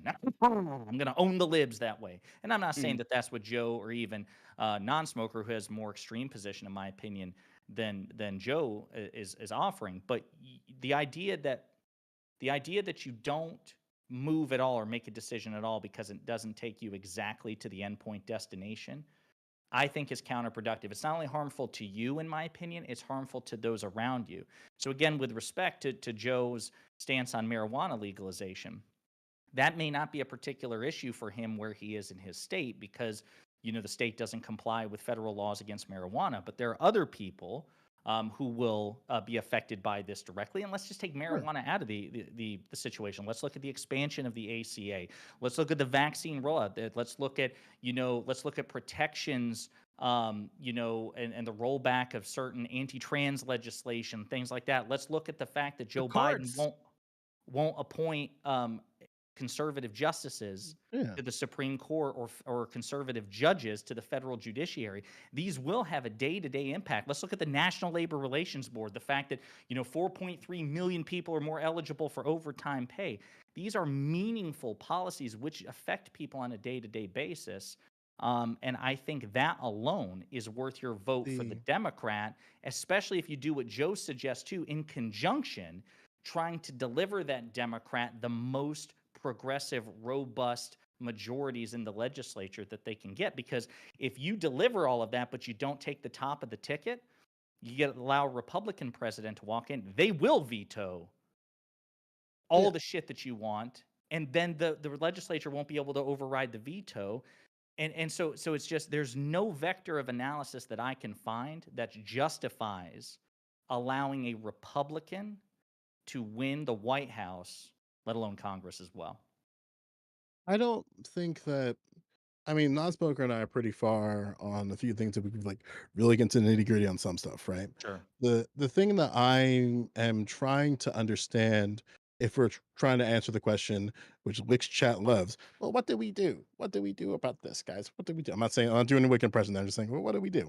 You Like can. It's my allowed to That do is a a Wick good yeah, Wick impression. I impression. give you my the concern pass. is always like I am one of the more politically I'm probably one of the most politically active people within the space of streamers that I exist within, and that I canvass for candidates, I campaign for candidates, I volunteer for candidates. It's just what I do. And the thing that I'm trying to articulate here, which I guess is not being articulated well, is that when I try to, if I try to, I've seen people do this, when I try to say, well, Joe Biden is the one that's going to bring forth these changes that are going to help us, the people who I'm speaking to about this bring the just criticism of, this has happened to me under Bush. This has happened to me under Obama. This has happened to me under Trump. I do not see a difference in my day-to-day existence in such a way where I ought to care about the federal election. And that's a concern of mine, because we my state will purge your votes, and Democrats are waiting to purge votes, and Republicans are waiting to purge votes. They're waiting for that political disengagement so that they're not on the ballot, because it does not matter if there's a Democrat or a Republican as the county clerk. Their job is to move in a nonpartisan manner, and if you don't vote for X amount of elections, they're gonna purge your vote. It's a problem in my state. So I need people to be politically engaged beyond the national ticket. But a thing that's very challenging, especially in the presidential scheme of things, when we have to pitch, in this case, Joe Biden, it's pure poison, because the conditions of the people who need legislation the most are not seeing that. Which is why, like, I mean, Hutch just tried to argue a little bit about this. When we talk about the expansions of the infrastructure bill, what am I supposed to say to the woman who I spoke to the other day, whose hospital, the only hospital in distance to her community, is closing down on July 1st? And there's nothing, and there's no money in terms of and helping in that assistance. There's no money in an infrastructure bill going to that, but then the roads are going to be better because the infrastructure You bill hit the roads in there. So when I'm you engaging with these people, there's a disconnect in these things that the presidential candidate is saying are good for you, are so good, so much so that you ought to vote for them. But then their material conditions have not changed across multiple presidencies. And that's the problem Okay. that I've been running into when I engage with these people. I And I wanna- hope well, that I would makes sense. I would hope that somebody in that sorry, go ahead. No, it's fine. You can respond, Hutch, but I want to make sure non-smoker gets a chance to get into because he's been. No, he Yeah. can go ahead. He hasn't spoken in a while. Yeah, non-smoker. You lots of thoughts, I'm sure. Give us what you got. Thank you, Wick.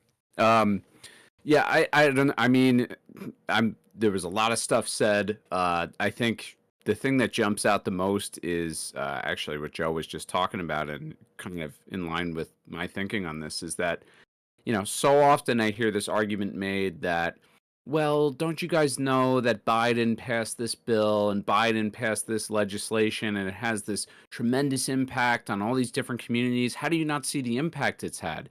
And yet there's this growing contingent of people on the left and on the center who appear to be kind of disaffected, and they're upset with Biden. They're unsatisfied with Biden. They don't want to vote for Biden, right? Polling reflects this.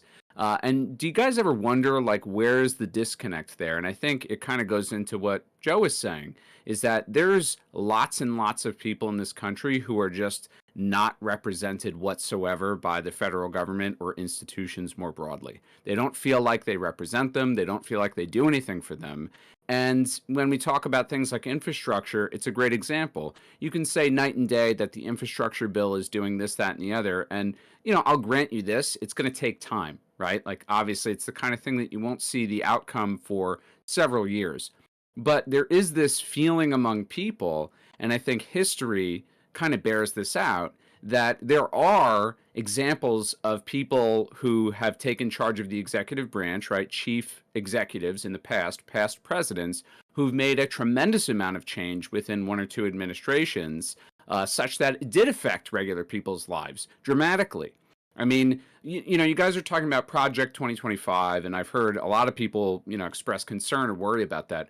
Where's the left-wing version of that? Where's the left-wing candidate? Why isn't the Biden administration proposing a similar list of proposals, an extreme executive, you know, expansion or expression of like a bunch of progressive policies and how to implement them immediately, right? It doesn't feel like, at least with the Biden administration, it doesn't really feel like real leadership. And it doesn't help the fact that, hold on. Just to encapsulate everything really simply, I think that what the point Joe is making, and it's true to how I feel, you know, we can talk night and day about how great of a President Biden is. On a ground level, you know, in many places in the country, people don't see any change, right? They don't feel like it's any different. So Hold on, what do you do about that? And I'm getting an echo. Is that on me? Like, okay, no, it when stopped. Whatever. it was. when Smoker and Hutch talk, there's the echo coming from the speaker. I wasn't sure what that was. It's Anyway, only when they both talk at the same time. okay. When their powers No, like, combine. unironically. Sure. I would like to address the Project 2025 thing. I will let you in one moment. We're going to go to Hutch right after me. But here, there's a reason why you don't see Democrats do a 2025 is because we're not authoritarians, right? The reason 2025 is a problem is because it violates institutional norms. It violates the Constitution. It tries to go around and use these loopholes, right, to pressure and become less democratic, less inclusive, all these things. If the Democrats were to go down that path, I would stop supporting them. Didn't Biden like crush like a union strike? Like, I mean, authoritarianism. Like, no. I think Hutch. He didn't. I'm pretty sure he did. Let's go to Hutch. Let's go to Hutch. Real quick, because I understand that there are Democrat leanings here, and Democrat no matter what. But this moderation is getting a little crazy here, friend. I think what Smoker's trying to articulate here, and I think it's clear. I think it's clear, is that if we're dealing with, and maybe this is a way you can answer this, Hutch, when we're dealing with a growing population of people who feel the disenfranchisement across multiple administrations, how do you sell a candidate like Joe Biden, or any candidate for that matter? Well, I think I think the largest problem politically when we're talking about the electorate is just general apathy. It's like what Josiah was talking about before. There's a lot of like vibes-based stuff. The simple truth of the matter is there's a huge chunk of the American population that are not super engaged with politics. They couldn't probably articulate 3 pieces of legislation that because signed into law. Because if someone came along to force through universal health care, you guys would say you can't do that because it's too authoritarian. Like, the reason people don't give a fuck is because you guys are content voting Democrats into power who say they're going to do good things and then really have to deliver on their fucking promises. That's why a growing number of people don't give a fuck about institutions. This bullshit. The last time we elected a large enough majority of Democrats, they completely overhauled our healthcare system in meaningful ways. You mean the Affordable Care Act? I get that you guys constantly claim that the ACA was fucking no big deal, but polling even disagrees with you on this front. And like this touches. Polling also reflects a majority of Americans want to have universal health care. This touches on the point that I was trying to make a moment ago about voter apathy. The fact is, when Trump threatened to repeal the ACA, we discovered that there was like a full third of the country that didn't understand that the ACA and Obamacare was the same thing. That policy had like a 40% approval rating all throughout Obama's tenure. And it wasn't until the Republicans threatened it that people got educated on what the ACA actually was and all the good that it did and all the lives that it saved, all the access to healthcare that it expanded on. That approval for that policy went up to like 65%. So part of the job of people that engage in politics or have platforms or canvas or whatever is to engage with the public and actually educate them on the things that happen. So, Hutch. So- So, in Well, terms hold of on. the Wait, no, we're gonna let ACA, non-smoker it's a respond. really, We're it's gonna a let non-smoker respond. He was being addressed. okay. We're gonna Yeah, let really him quick, first. dude. I mean, like, why do you think it is if the Affordable Care Act is such a significant fucking thing and people are so satisfied with it that is. more than half of Americans still support universal health care being provided by the government? Why do you think Universal people healthcare- still feel like the government provided health care that's given to you through the ACA is not sufficient enough? Maybe it's because it's like essentially neoliberal hybrid legislation that just forces you to buy health insurance, and if you don't, you get fucking penalized for it. Yeah, because to Obama had to piggyback work off with of the this, Congress. Obama had to work with the Congress that the Okay. American people elected in 2008. And the American people did not elect a Congress that was willing to pursue something like Medicare for all. Universal Wick. health care coverage is a goal. It's not a policy. Did you I know that right think- now in this country, right now, we have the highest level of healthcare coverage ever in the country's history? Are you going to argue that that's not a good thing because it's not Medicare for all? Are you going to argue that that's not a step in the right direction? I'm going to argue that it's not sufficient enough, for sure. Okay, And I think that there are okay, significant okay, improvements okay, that can be okay, made, okay. and I think Stop! it's Everyone, come stop down talking. from the Everyone, stop executive talking. branch. Everyone, stop Oh my talking. goodness We got a lot of gracious. people who want in on this. I want to get everyone in on this. I want to get all Mhm. opinions on this. We're gonna go to Joe first, then we're gonna go pondering, and then if JayMac wants in, he can go in too. Right? I don't know if he wants.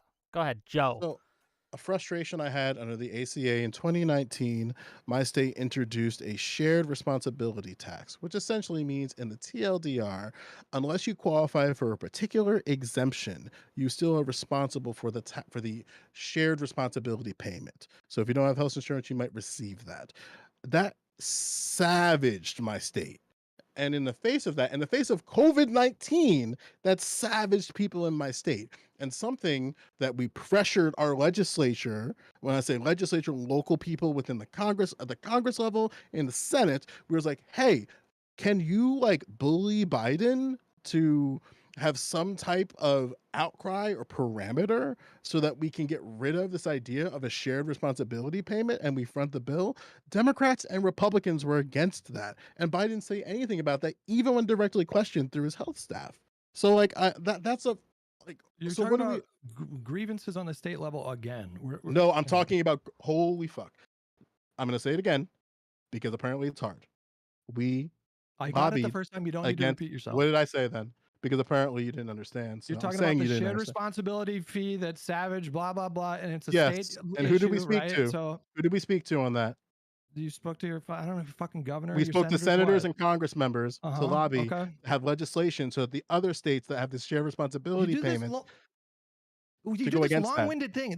You do this long-winded thing to talk about individual problems with healthcare systems and I'm talking individual about states. specific problem It that doesn't I undermine feel. the point. It doesn't undermine the point that the ACA was a phenomenal step in the right direction and that it helped millions of But people and in it expanded healthcare access in that to success, 20 there are million people. caveats and those exceptions and clarifications within that still affect people and disenfranchise people. In this Yeah. case, in this contextual example, as regards to the ACA, as it relates not only in my state, but also in the backdrop of COVID-19, when we lobbied against the shared responsibility payment because it was basically the tax without it being a tax, nothing happened, despite the fact where we bullied Biden directly about it, we bullied senators directly about it, and we bullied Congress members directly about it. Then when we finally have to go, well, you know, the ACA, it was this great thing for people. We still have the shared responsibility tax right now under a Democratic government. I think probably So when 4 I out of 5 so people then in when I this talk call about the would good agree with the things, fact that we I should can't do a Oh gosh. go for Yeah. it. I'll let you cook.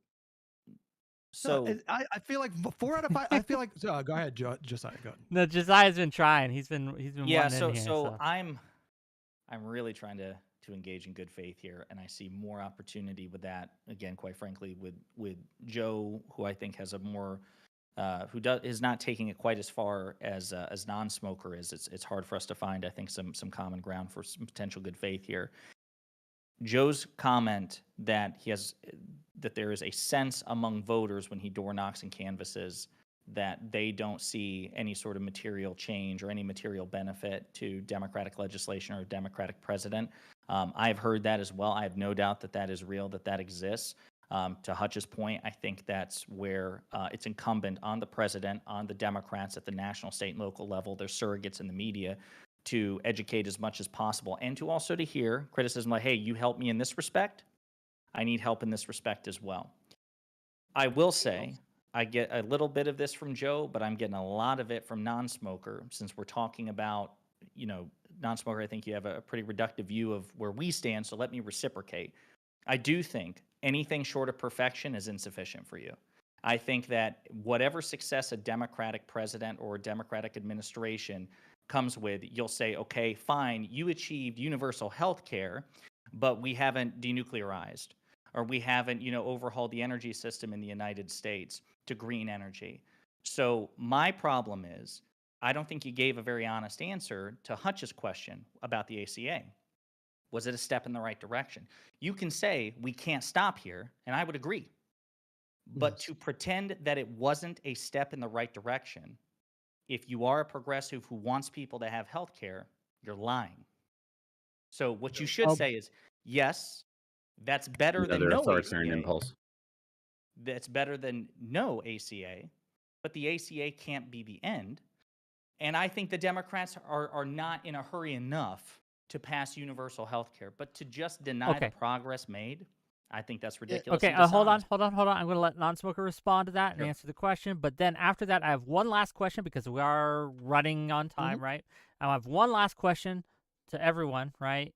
And then we'll go from there, right? So non-smoker, what would be your response to that? Dude, okay, is it a step in the right direction? And then you also grant me the fact that the Democrats are not doing enough to further the achievements of the ACA. I mean, the ACA would be a step in the right direction if there were more steps going to be taken to get us closer to that goal. And I don't feel like there are more steps being taken. I actually think a lot of you guys are just saying, well, we had the ACA passed, so that's all we really needed anyway. And it was such an achievement. Come on, you should be happy with that, you fucking idiot. There's like 20 million Americans walking around with medical debt, but it's fine because the ACA was a huge achievement. Why do you not understand that? I also want to point something out that you're kind of like smugly saying like, well, I can't engage in good faith with you. And this is no disrespect to Joe, but Joe is a guy who canvasses, he participates a lot in the political process, he's very well read on all of the issues, he pays a lot of attention to this shit. Me, I'm an angry, disaffected former Democrat. Who do you think that you guys need to worry about appealing to more in the upcoming election? People like Joe who, they're not comfortable with voting for Biden, but ultimately they'll probably end up caving because they don't want Trump, or people like me who just outright say, fuck this whole fucking process because you're all full of shit and you want me to be content with these gradual little improvements that get curtailed when we have a Republican president anyway. Right? Like the point here that I'm trying to make is that there's no answer for people like me. There's no answer for disaffected voters. You guys just smugly talk down to them and say, well, you idiot, how do you not understand things are slightly better? Because they're not slightly better for lots and lots of Americans. Lots and lots of Americans are dealing with the burden of fucking medical debt, credit card debt, rising inflation, endless war. They're frustrated, they're angry, and they don't think that the Biden administration is doing enough. They don't think the Biden administration is doing jack fucking shit to address any of that. And because I want to give something a pondering. Sorry, Josiah said. I'm sorry. Is that you're good, man? A thing that I am very curious and worried about are people like non-smoker, because there are consequences to not engaging in the electoral project at all. However, I do believe that there should be other engagements as well, which I think non-smoker would agree. Where like if he's just saying fuck all to electoralism, I don't think he's going to be fuck all to the political, the game that is political politics. But I will say that like the thing that I think would help in non-smoker situation is if the Democrats, and by extension Joe Biden, articulated these issues. Like in particular, I would have loved for Congress, for Joe Biden to argue for a clarification within the ACA. And then when they had the Democrat majority, basically impose that states cannot create their own tax responsibility, their their shared responsibility payments at the state level. That would have been a huge thing that they had the support to do so. That would help people in the states that they currently still exist under, which are all blue states. So it's like, that's what I mean, where it's like you have Biden at the top, because Joe Biden's not a fighter. Let's just like make that part clear. But if you're not a fighter, at the very least, you need to clearly articulate what the fight is, the limitations that currently presents itself, and who you're going to position to fight that fight. And currently, I don't think Joe Biden has done Okay. a good job of that entirely. I want to give Josiah and Hutch a chance to respond to that. Then I have one more question for the panel, and then we'll get to closings. So I'll ahead. respond real quick to non-smoker and to Joe. So I do sympathize, again, not in all ways. I'm sure there are ways in which I'm not angry, in which non-smoker is. But Wick, you can attest to this. How many times have I in private lost my shit at the fecklessness of Democrats to you, or even on your stream Been about a how few they times. don't? Yeah. So believe it or not, guys, I'm actually more sympathetic to your position, even non-smokers, than what you might think. I'm still pretty far away from non-smoker in this respect. I think that what to do about you do concern me. But I also think that you made it clear. You answered your own question. You're a lost cause for the Democratic Party. There's nothing that the Democratic Party can do to win your vote. And I think you've been pretty honest about that, and I appreciate it. But that was my instinct, that there's nothing. And the frustration is that these politicians want to win power. And you also want change. You both want something, and you need each other to do it. The politician needs non-smoker support. Non-smoker needs the politician to leverage power to make change, which means you actually have to offer each other a path to success. So the politician has to fight aspirationally for the things that you want. You also have to reward the politician for making progress in that respect. My fear is that nothing short of the final objective in every area is sufficient for you.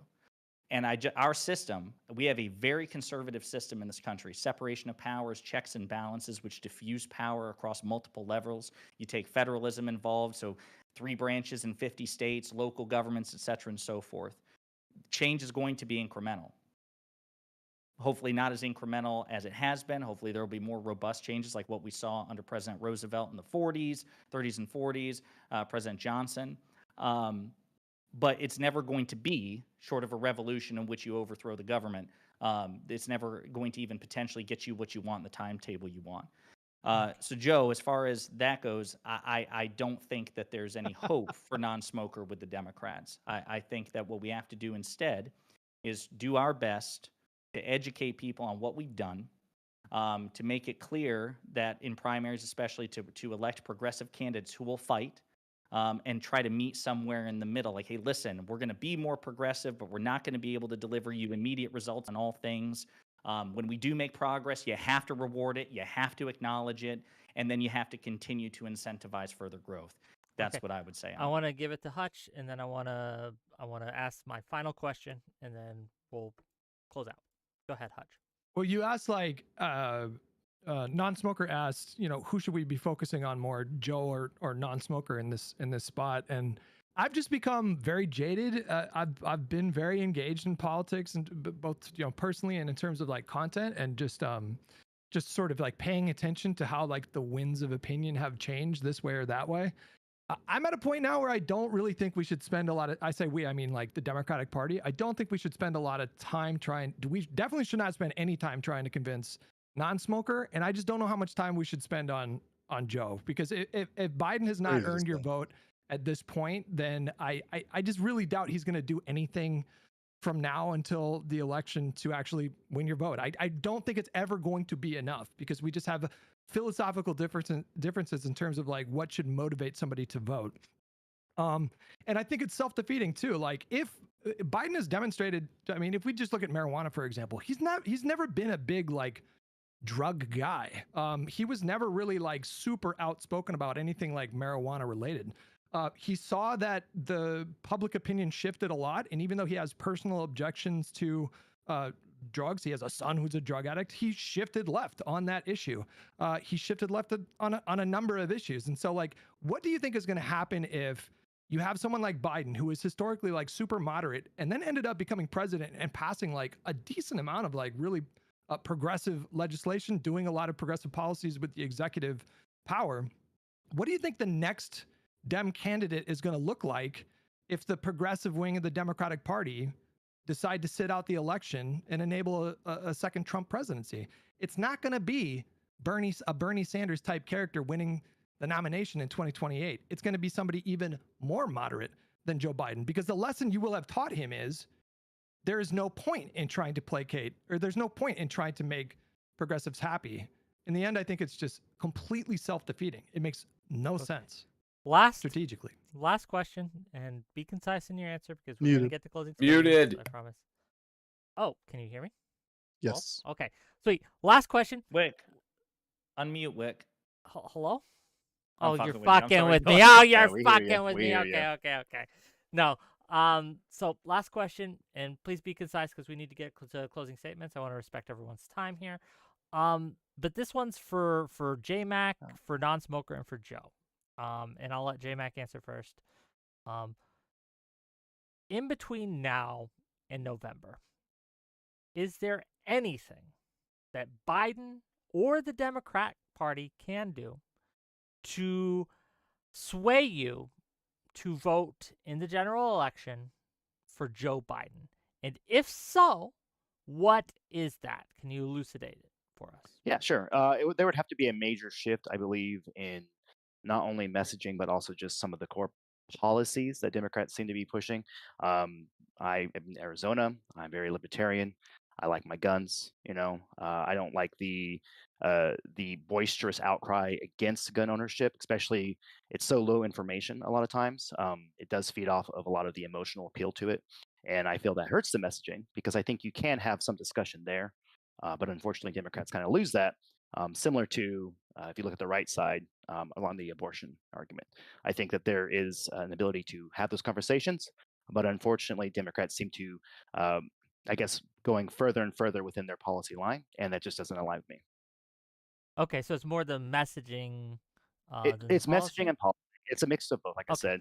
There are some things I do align with Democrats with. I would say like prison reform, our prisons and judicial system, I think, has a lot of issues. Drug legalization, actually, to be on conversation here. I'm very pro legalization, probably farther than most people, even Democrats.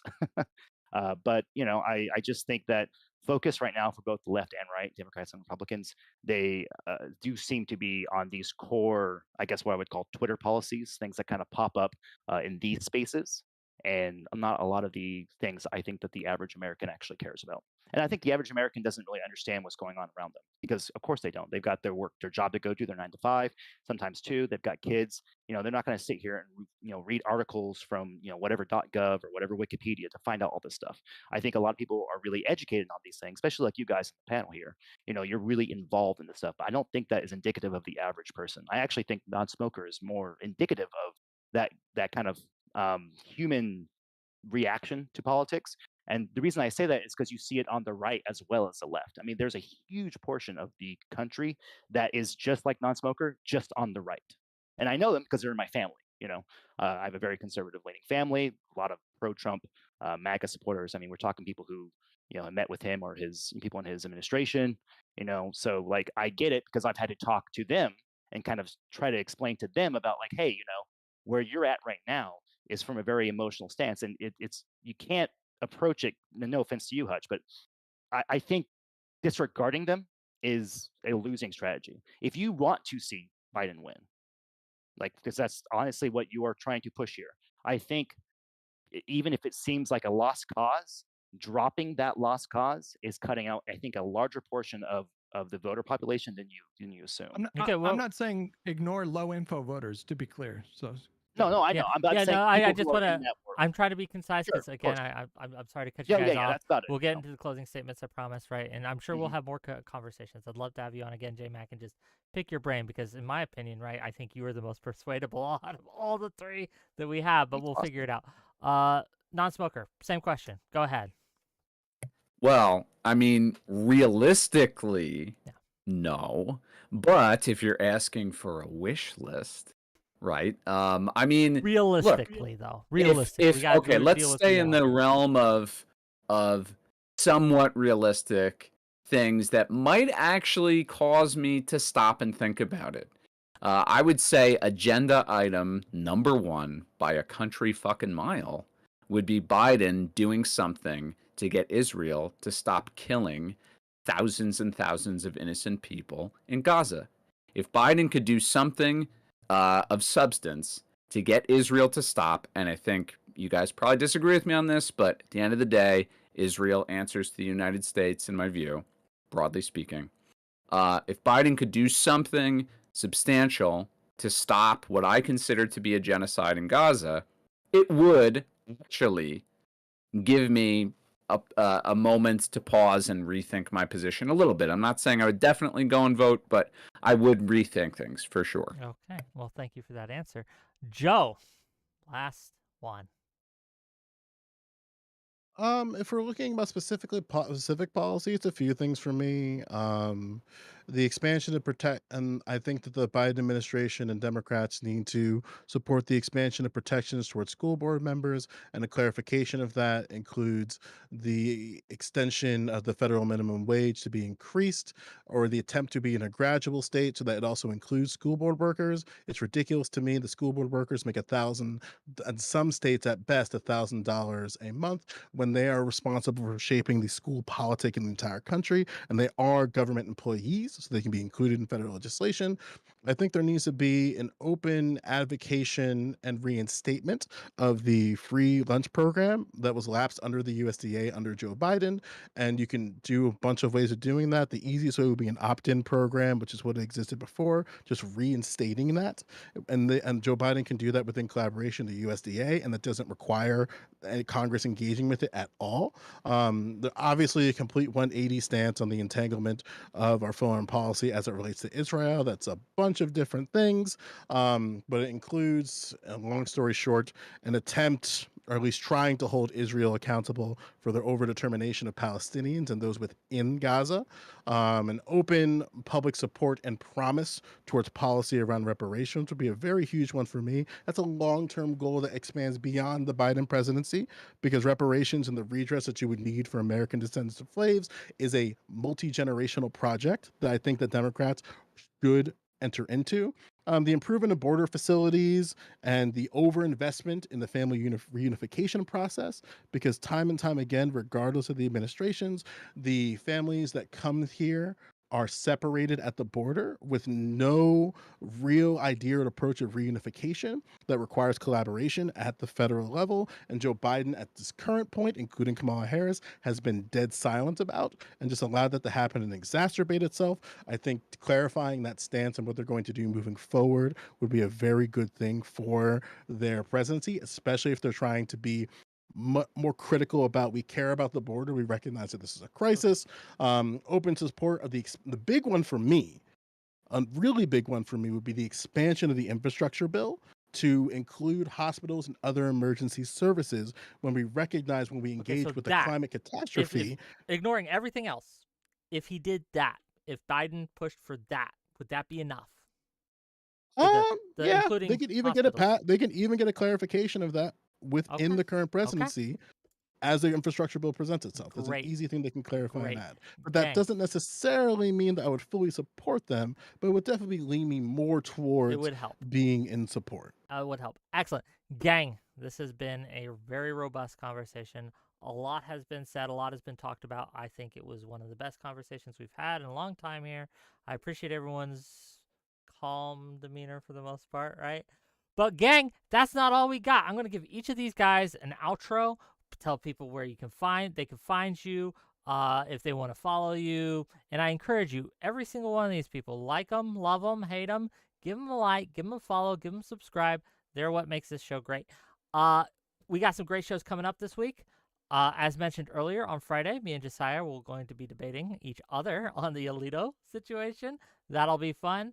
On Wednesday, tomorrow, at 7 p.m. Eastern, so a little later than I normally do, 7 p.m. Eastern, we have No Opinion and Rob Knorr will be debating one-on-one on whether or not the Biden presidency has been a successful one. That should be a banger, gang. Come check it out. It'll be fun. And then Thursday, we have a double feature for you. Thursday at 6, we're going to have a bunch of women on to talk about why men are a problem. That'll be fun. And then at 8 o'clock, we have Destiny coming on to debate all comers on whether or not debates even matter. Are we doing anything of substance here? Or is this all just blood sports entertainment just for our money and for our grift?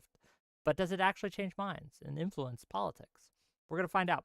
Tune in. Okay, with that, we're going to give each of these an outro, and we're going to start with Hutch. Hutch, what do you have? Everything all those other guys said were bullshit. You can find me at twitch.tv/Hutch. Twitch.tv/Hutch. Give him a... Except Josiah. Except Josiah. Except Josiah, who apparently was not bullshit, but everyone else was bullshit. Thank you, Hutch. Wait, are you doing a post-show thing too, or are you doing a hard out? Do we want to take callers? It's up to you guys. It's whatever. I'm here. Yeah. I've got time to piddle. Okay, go ahead. Josiah. Hey everybody, I'm Josiah. I run a YouTube channel called Pondering Politics. It's about electoral politics, political theory. It's making the case that the Republican Party is an authoritarian cult of personality with no limiting principle, which should lose every election ever at any point. There's literally no room in this country for elected Republicans because they suck. I enjoyed the conversation. I, believe it or not, sympathetic to at least some of the positions here, the uncommitted vote, the fact that Democrats very often don't wield power to the extent that I would prefer it. It frustrates me immensely. You'll see that on display in the Friday conversation with Don Wickles down there. But overall, I think there are meaningful substantive differences between the Republican Party and the Democratic Party, between Joe Biden and Donald Trump. And I think that you should vote accordingly because it may produce a material impact on your life, and certainly for marginalized groups, minorities, women, and other people around the country as well. You can find me at youtube.com/@, Pondering Politics, one word. Give him a follow, gang. He's great. Thank you for being here. Really appreciate you. Joe Lewis. Yeah, you can find me at twitch.tv, really just all the socials, at Joe Lewis, JOOELEWIS.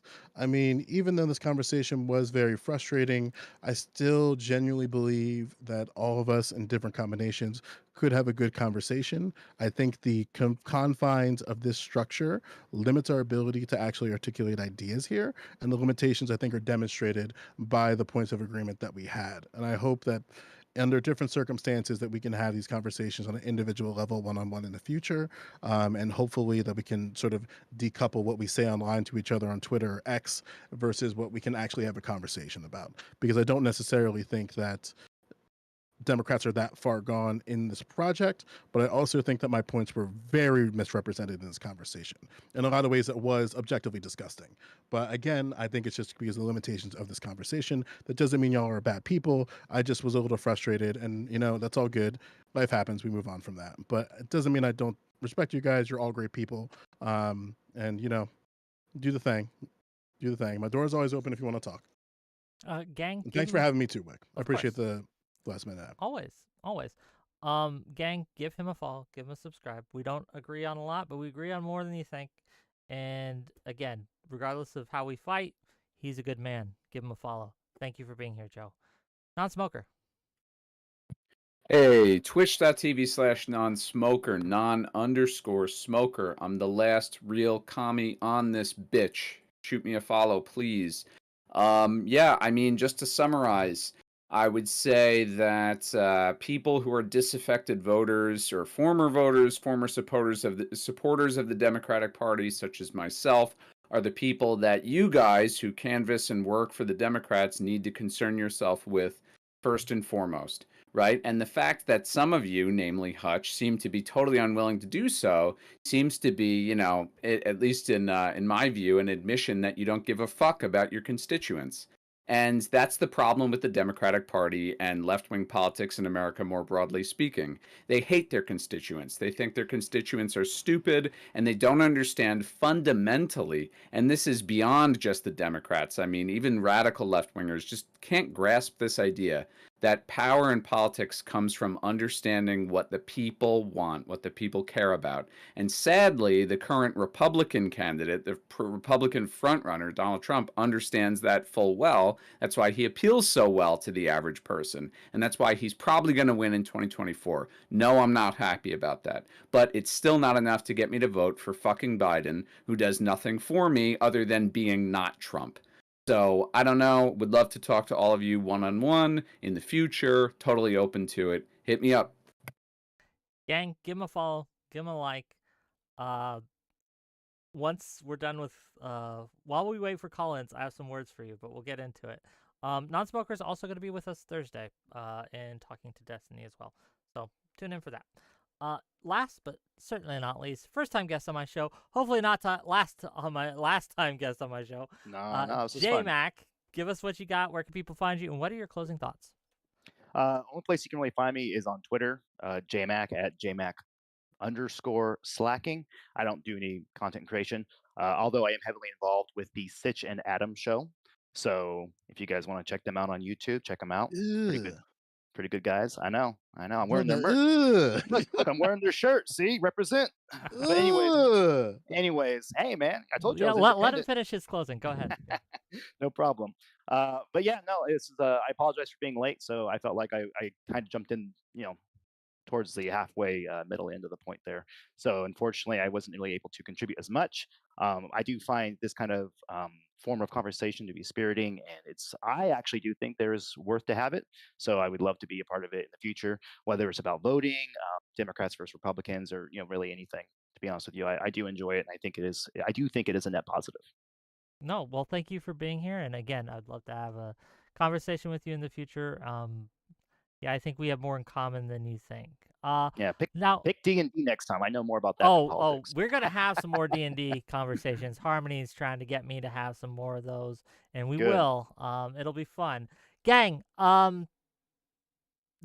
But while we wait for call-ins, first of all, if you want to call in, you want to ask these guys, we're gonna do call-ins for a little bit. It won't be all night, right? But if for the next 20-30 minutes, if you want to call in, if you've been frustrated listening to this conversation, and you think, man, oh man, I wish I could ask Hutch, Josiah, Joe. All Hutch chatters are bitches, though. Right? They want that. They give me that smoking chat, but they won't come in voice. They won't voice up because they pussies. Now they can. Agreed. Now they can. Not for nothing. Like Hutch and I, we go back and forth on Twitter every once in a while. We'll be passive aggressively, but at least I know that he's willing to go into the arena. But Hutch's entire chat is full of pussies. Well, I can't do the same for Wix because Wix drags me in Discord. That whole community drags my ass. But them niggas soft as fuck. Sorry. Soft. Oh wait, the R word. If the R word's tournament legal in your Discord, I can say nigga in the stream. So with that being said, Hutch's chat's full of pussies. Okay. But let's. I want to. But they want to come in and chat. Hey, prove me wrong. Yeah, but no. Prove him wrong. Exactly. Jump backstage. The Discord links are in my YouTube or in my Twitch. By all means, if any of you need it, I can DM it to you. Whatever. Regardless, though, non-smoker, right? Like the fact that you are arguing that we should appeal to you and people like you, I think is just no. Frankly, no. I don't think that we should allow, and I think that the fact that we have allowed. One of the reasons the Democrats have so much trouble with messaging, so much trouble with reaching people, so much trouble with actually integrating with the normal common public is that we have let people like you run the show for a long time. We've given you seats at the table. We thought you could act like adults, but you have failed to do so. And instead, you have done this my way or the highway bullshit. That's and I why think you'll that lose. You are an albatross around our neck. That's why you'll lose. Hold up. Can we appreciate the irony for a moment of a communist lecturing Democratic Party voters about how to effectively wield power in American politics? Like, communists have been obstructed every step of the way. Good sir, hold on. And I feel like we're constructing a false reality here because the truth is, for the last 6 years, the Democratic Party have been fucking crushing it. So we're sitting here talking about like Democrats are failing in messaging, they're not getting through, and blah, blah, blah. When we won a trifecta in 2020, when nobody thought we would win the Senate, we sweeped up in 2018. And how do we do that? We appealing to the center. appealing to the center. Oh, That's how we did it. you guys How lost are you? the How are you as a presidential communist? election to a Are in any- fucking how are you to a in fucking any position reality to TV lecture show me? host, dude. And you're gonna lose again to a reality TV show What do you host know who's about totally wielding unarticulate power? fucking moron. Hang on. So You What guys do you respectfully, know? Trump into What power. do you It's know your fault. about building mean, a coalition and wielding power? You What know do you nothing know? about regular fucking people, dude. No, You like, alienate Can and you answer my disgust regular question? people. What do you know about attaining and wielding political power as a fucking communist? There's in the no United way I States? can answer that in a way that's like sufficient for you. What do you yeah, want me to give because you a Because your fucking movement essay is an about how to abysmal attain power? failure. You fucking No, because retard. you're a What do you movement know that's a about attaining failure. power? You don't know shit. Okay. that's You're why running Everybody's dog for the doing Democratic great, Party, so there's which no doesn't better need your time to fucking be a help, fucking dude. live in this They have country. hundreds of millions of dollars. They don't need your fucking help. There's No, never but- been a better Idiot. time to You be a work for a fucking brunch-loving pack. You're a fucking liberal. cuck and a There's total never fucking been a running dog time- there's with never no been a balls better and no time to be courage a and no fucking brunch-loving integrity liberal in and this no country than guts. right You're a now. coward and you Your disgust movement- regular people, your especially movement is working a people fucking who are supposed to joke, be your bro. fucking constituents.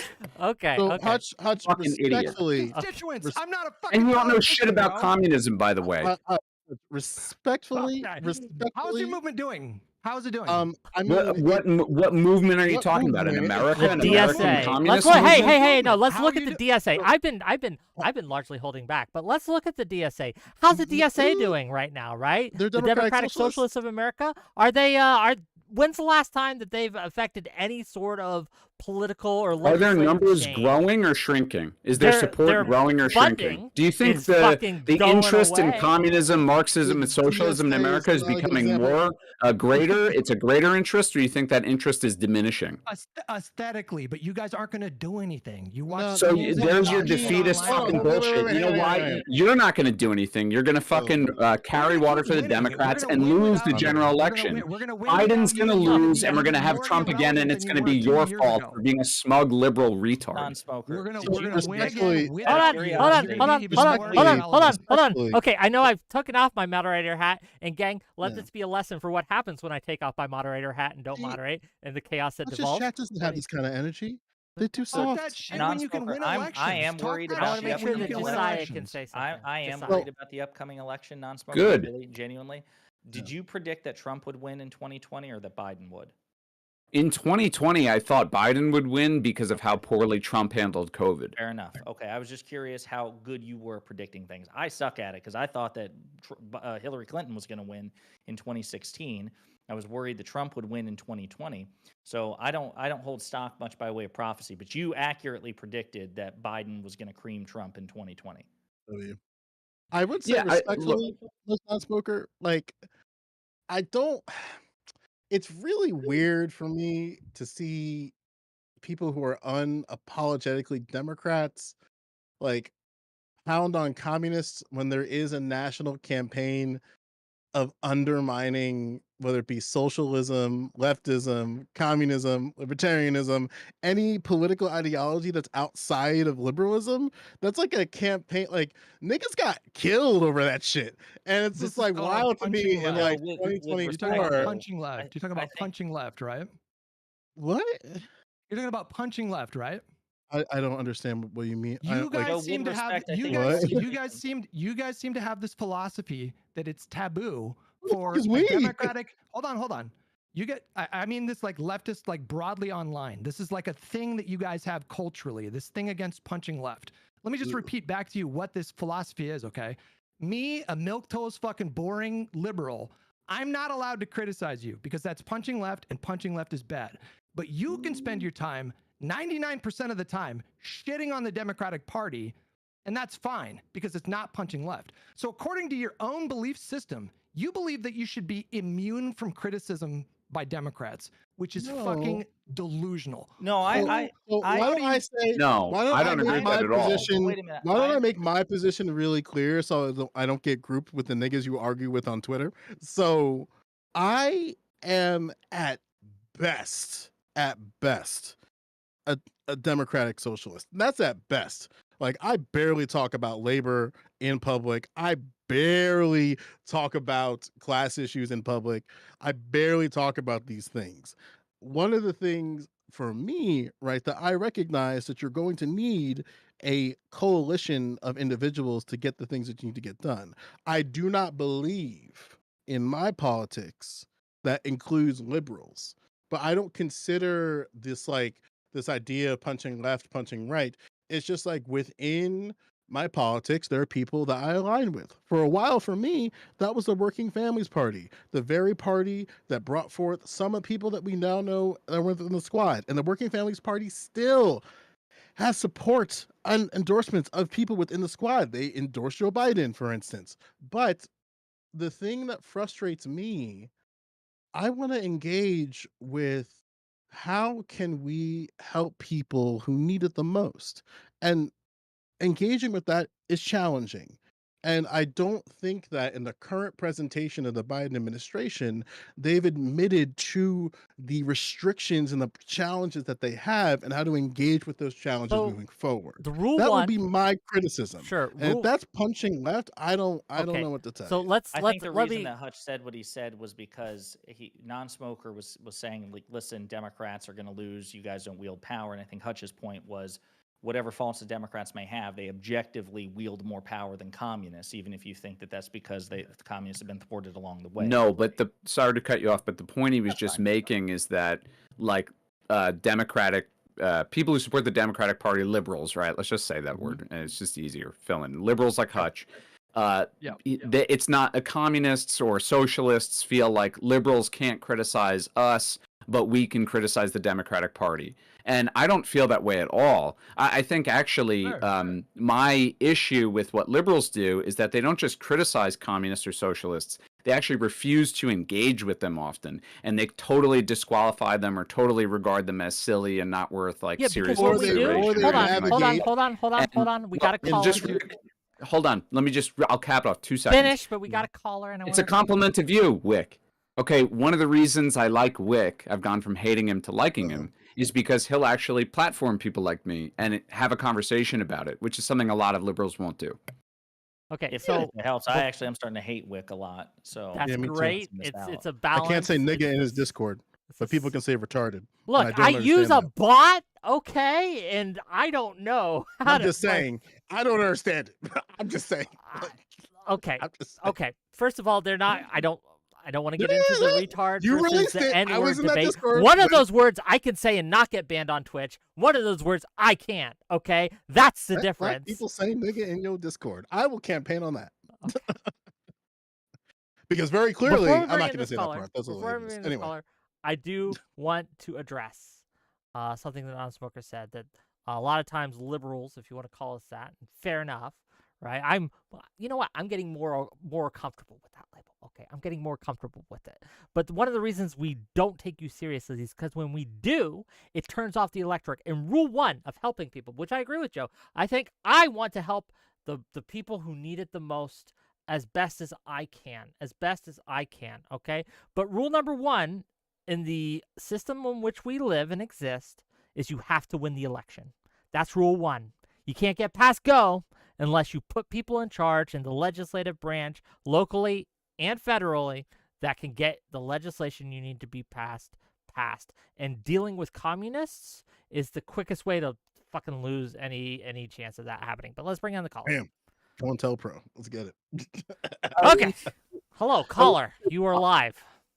Yeah, I would like to comment on why capitulating or talking to the communists makes people lose. It's because there's been an active campaign in the United States of America ever since pre-World War II, realistically, but especially after World War II, to destroy any left-wing sentiment that exists in this country. It was a little thing called the Cold War and the Red Scare, where you had conspiracy theorists like McCarthy just accusing people left and right of being socialists and communists, and then they'd basically be socially hanged as a consequence of saying anything even remotely left-wing. And so as a consequence of that, the Republican Party in particular, but this is also true of the liberal population of America, has taken any sort of social policy, and when they attach the word socialist, or they attach the word communist, or they attach the word Marxist to it, immediately everybody harkens back to this era of when the Soviet Union were the bad guys, and now all of a sudden it's a bad idea, even though the leftists are the ones being like universal health care, education reform. But liberals have adopted all that. Housing reform. Yeah, I'll let everyone else Liberals respond, but just don't real quick, espouse that liberals in their have policy. adopted It doesn't matter all how those much policies. the Democratic Party states, like, What we have we do rejected, this thing or that thing, when they demonstrably don't do it. What we Take a look at the reject- freaking governors of New York City and Los Angeles and California. The mayor of New York City and the governor of California, who have done very little, if anything at all, to solve the housing crises in those cities, if only increasing them by continuing to sell property to massive corporations who then make it unaffordable for people to live there. Wait, Sour Lemon, real quick. Are you a Hutch viewer? No. That's what I fucking thought. God damn, these fucking. But I want to let people respond to you. You said a lot of stuff. I want to give everyone a chance to actually respond to what you said. So I actually, can I just state, I actually don't really watch anybody here. The main reason I hopped in is because I recently saw a video demonstrating the damage in Gaza, and I thought to myself, after a conversation that was previously had in which I was featured on Wick's show, that I felt like if he wanted to engage honestly with that conversation and show people what is going on there. There's a video. I've already forgotten the name of it. Fuck. But it was by a journalist from Al Jazeera in Gaza showing the damage, and it's very effective. And I think that. But you can't remember the name of the video. What am I supposed to do with this? How am I supposed to engage with this? How am I supposed to engage? You come in with this righteous anger. Like, I have this thing that will show and prove what's happening in Gaza. And I'm like, what is it? And you're like, I forget. Demonstrating exactly the problem with liberalism. And I appreciate that you bring people onto your broadcast, like was said by No Smoker. I appreciate that you bring people on here who have a swath of ideas from the left to actually don't know how far right you go, but you at least bring people on from the left. But when you yourself give the same when you're not doing the moderation bit, when you give the same like ideas and framing as the liberal Democrats, you are perpetuating the same issues I am a that Democrat. the liberal Democrats have allowed to happen over the past 60 years. Well, first of all, I am a Democrat. I'm a proud Democrat. I like the Democrats. I will continue to vote Democrat until they become not Democrat anymore, in which case I'll look at them. They've already become not Democrat. You take a look at the Democratic Party from 60 years ago, Democratic Party now, it's completely different. The immigration bill that was recently written up demonstrates exactly this point. It's an immigration bill that would have been written by the Republican Party 10 years ago. I want to make sure everyone. I don't want to continue to compromise bill. Go ahead. A compromise to kick people out Go of the on country ahead. for no reason. I think his point is it was a relatively conservative bill, which I agree. It was bipartisan to be sure, and it had more conservative provisions by far than progressive. I agree with that. I mean, sure, it's a compromise bill. What do you expect? I see no benefit in compromising to fascism. I see no benefit to compromising to conservatism. It's a function of democracy. You had American voters. Yes, it's a function of democracy. You had American voters in both the Democratic camp and the Republican camp that wanted to see Congress and the presidency work together to address that issue, and it is an issue. Wait, hold on. I'm really curious about this, Hutch. Do you think it's Democrats compromising with Republicans, or Republicans compromising to Democrats? If there's a piece of legislation that's on the table, what are the substantive concessions that Republicans are making to forward policy in this country? Because it feels like every time Democrats want to, it feels like when Democrats always need to get something done, they have to make deep concessions to Republicans just for them to maybe say okay. Joe, so listen, it's a function of the structure of our government. We have protections. But Republicans have made it clear that they're willing to move in a non-compromising manner to get things done. They were also willing to compromise on the gun reform bill and infrastructure and chips. So it's a mixed bag. It's a function of how our government is structured. I think it is fair to say. Now, listen, I think it's fair to say that when you have legislation, it is almost always the Democrats who concede more. There's no question about that. And yes, that is really frustrating. But that's also a function not just of a relatively conservative system. When I say conservative, I mean in preserving the status quo. Again, we'll go back to separation of powers, checks and balances, federalism, powers dispersed across so many, horizontal and vertical tiers. You also have the fact that Republicans don't really want to do anything except cut taxes for the rich, cram the federal judiciary with as many young conservative judges as possible, and that's it. They don't even want to do anything about the border bill, which is why even that relatively bipartisan I disagree with border that. bill. Well, what you and I can spar on that. I'm happy, Sure, especially sure, now that sure. I know Yeah, that you're go ahead. a Stitch and Adam mod. Yeah. Now there's plenty to go on there. Why the but- hate? No. I mean that No. yeah, that indicates that we have substantive disagreements on these things. Yeah, But well, I the have point some is, disagreements with Stitch and Adam, but go ahead. the fact is that Democrats, liberals, progressives, they want to do more legislatively. Republicans, conservatives, regressivists, they do not want to. They don't want to constantly move. thwart progress. So I think you actually have a valid point here, and it is really frustrating, but it's a function of one party wanting to move forward. It's like a three-legged race. In the three-legged race of politics, Republicans drop to the ground and hug the Democrats' legs, and how far we get is a function of how far we're able to drag them. So, And that's kind of and you, I'm pretty sure, agree that's a pretty considerable limitation of the Democrat Party. And and one of the things that's like really interesting to me is that when they do get these majorities, when they are in a way to just basically tell Republicans to go fuck themselves, there's a few like examples of that historically, but it's not too often. It's just so interesting to me. Like, for example, in the face of the expansion of the Civil Rights Act and the Voting Rights Act, LBJ argued that I can't get these things done because of divided Congress and NOM. And it's like, okay, I guess we got Nixon now.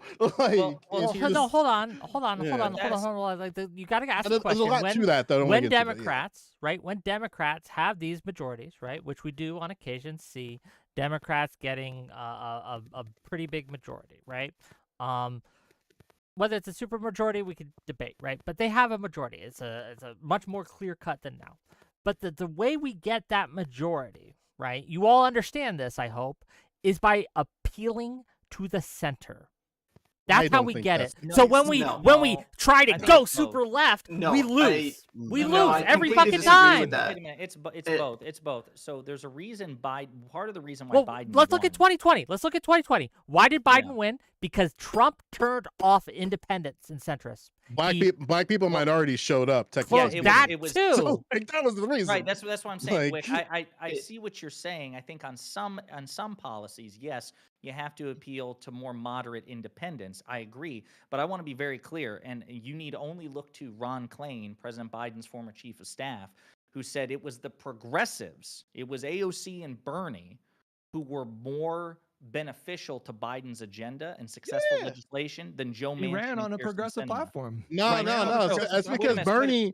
Oh, sorry, go for it, Pondering. I was going to say, so Bernie basically formed a coalition after Biden won the nomination, and progressives more full-throatedly supported Biden than they did Hillary Clinton in 2016. So I just want to be clear, maybe this isn't what you meant, but please don't suggest that we can tell progressives to fuck off and only appeal. We have to pull. I'm not talking about progressives. I'm talking about leftists. Because I agree with Pondering here, but I think that like Bernie and AOC are just a bunch of sheepdogs. Like, in the face of disenfranchisement and all these sheep leaving the Democrat Party, you got Bernie turning around going, ARP, ARP, ARP, ARP, ARP. We should have healthcare. ARP, ARP, ARP, ARP, ARP. And all those disenfranchised sheep just go right back to the Democrat Party. And then it's like, okay, well, what has Bernie Sanders done substantively to have any type of disaggregation from the actual like Democrat establishment? Like, the Bernie Bros lost in that and plot. if I may, and then all those people are like, if I may, with my own Hold point, on. right? Can I ask Wick a question? If you can, but Really quick. let me clarify my own point. I'm not talking about the politicians, right? Because Bernie, AOC, every time they try to work with Democrats at all, they, as we have just seen demonstrated, oh, you're not really a leftist. The DSA has turned away from AOC. No, that's right? not They true. like AOC just had a podcast with Bernie, and they both said they're going to support Biden despite the fact of what's happening in Gaza. That's crazy, bro. Why wait, is wait, that? wait, You know why wait, they're wait, doing wait, it? hold on, wait, wait, Because they wait. recognize Yeah. what I'm telling you. And what I'm telling you, this is how they're playing the game. We can see the moves they're making. 'Cause they're They sheepdogs. believe, the same as They're me, that by sheepdogs. appealing to the center is the way forward. Can They're we No, talk? they are I would bringing like- the progressive population in. They are not capitulating to the center or appealing It's to not the a center. They are capitulation. bringing That's the your progressive propaganda that you're population using. You're to calling Biden. any If you- sort of being like, hey, you're not actually a Nazi. We can actually work with you as capitulation. That's what you're doing. And I think that that's wrong.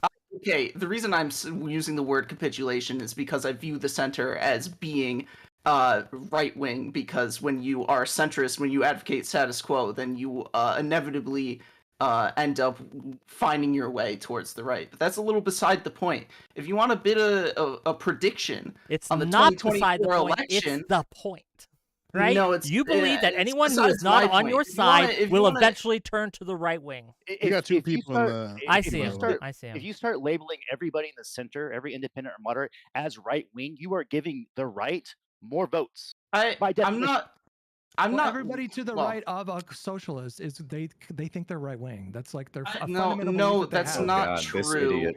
It's absolutely true. No, absolutely you true. are a fucking idiot. Maybe you read. I talked to thousands of Maybe people you like read you that some straight books up on say that socialism before Biden you is comment on right-wing. it. It's But absolutely Biden- embarrassing. Biden- It's Biden- absolutely Biden- embarrassing that Biden- left-wing In people pursuit of a always third-grade take you- education. always have The to thing- appeal the to the thing- idea that anything that is even slightly right is suddenly Hitler incarnate. It's embarrassing. Look That's who stopped how running. you think I mean, that we're you on want fascist to shit, really. fascist stuff. Do you actually want to convince people to try your system of government when you systematically, ideologically turn away 90% of people in the United States? There is no I turn away you. material. 99. No, 99. Hold on, so- Thank you, Hutch. There's 99% of people do not No. agree with your ideology, and you are losers. No, Fucking like, losers, again, like Bao I Zedong. just want to congratulate here. you. If you for wanna- We saying are going to that. hold on, Absolute hold on, loser. hold on, Having hold the on, courage hold to on. come We're on. going to It's cycle. embarrassing. If you Listen, want listen. an No, accurate non-smoker. historical.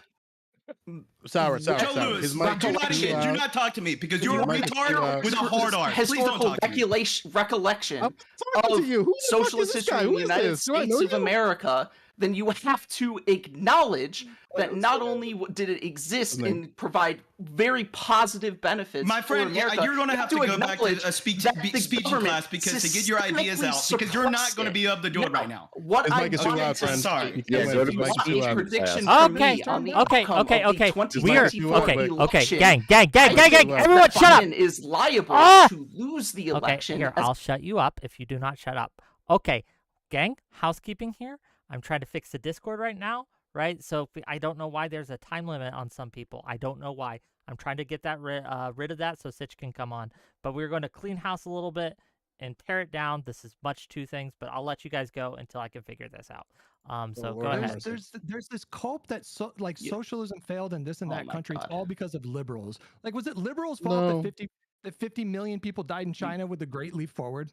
I don't Is that- think that's Uh, anybody's position no, on it's this a civil panel. What the war. fuck are you talking about, dude? I don't think This that's is anybody's your- position on this panel.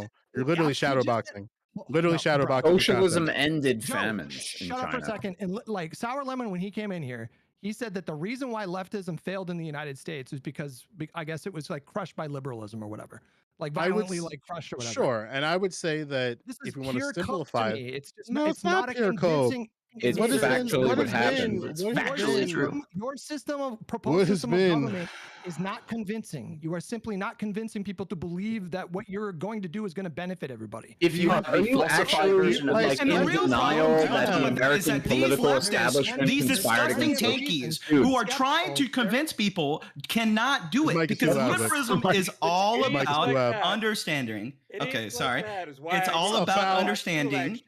It's all What's up, about Fal? understanding that Democrats are trying to build this country up. not trying to tear it down like so many of these tanky fucks want to do. They go to China, they go to Venezuela. I'm Venezuelan, by the way, so I have seen in my lifetime how that country was absolutely is disgusting. Ruined by It's sanctions. absolutely. Oh Yeah, yeah. America It's sanctions all- China. By the way, you're it's still like- running from the they debate all to me, cry to. fucking That's pussy. what all these fucking crybabies go to. Oh, it's not a free market open. We couldn't do everything. You Reminder that he motherfuckers is still controlled running from the a United debate. States of you had the USSR and China and Vietnam and Cuba. You had what was the percentage of the landmass under a communist control, and you still bitch and moan because you couldn't defeat the god emperor of liberalism.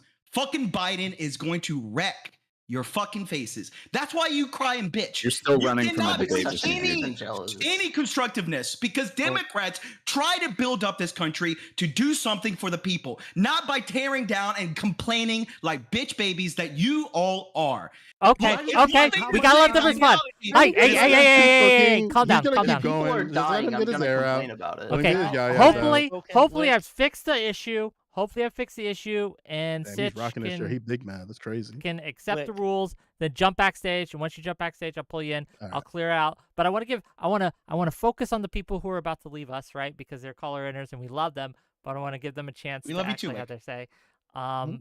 You have had your say, Yes, my I have. dude. So I want to give Infallible Foul a chance to have The- his say. Go ahead.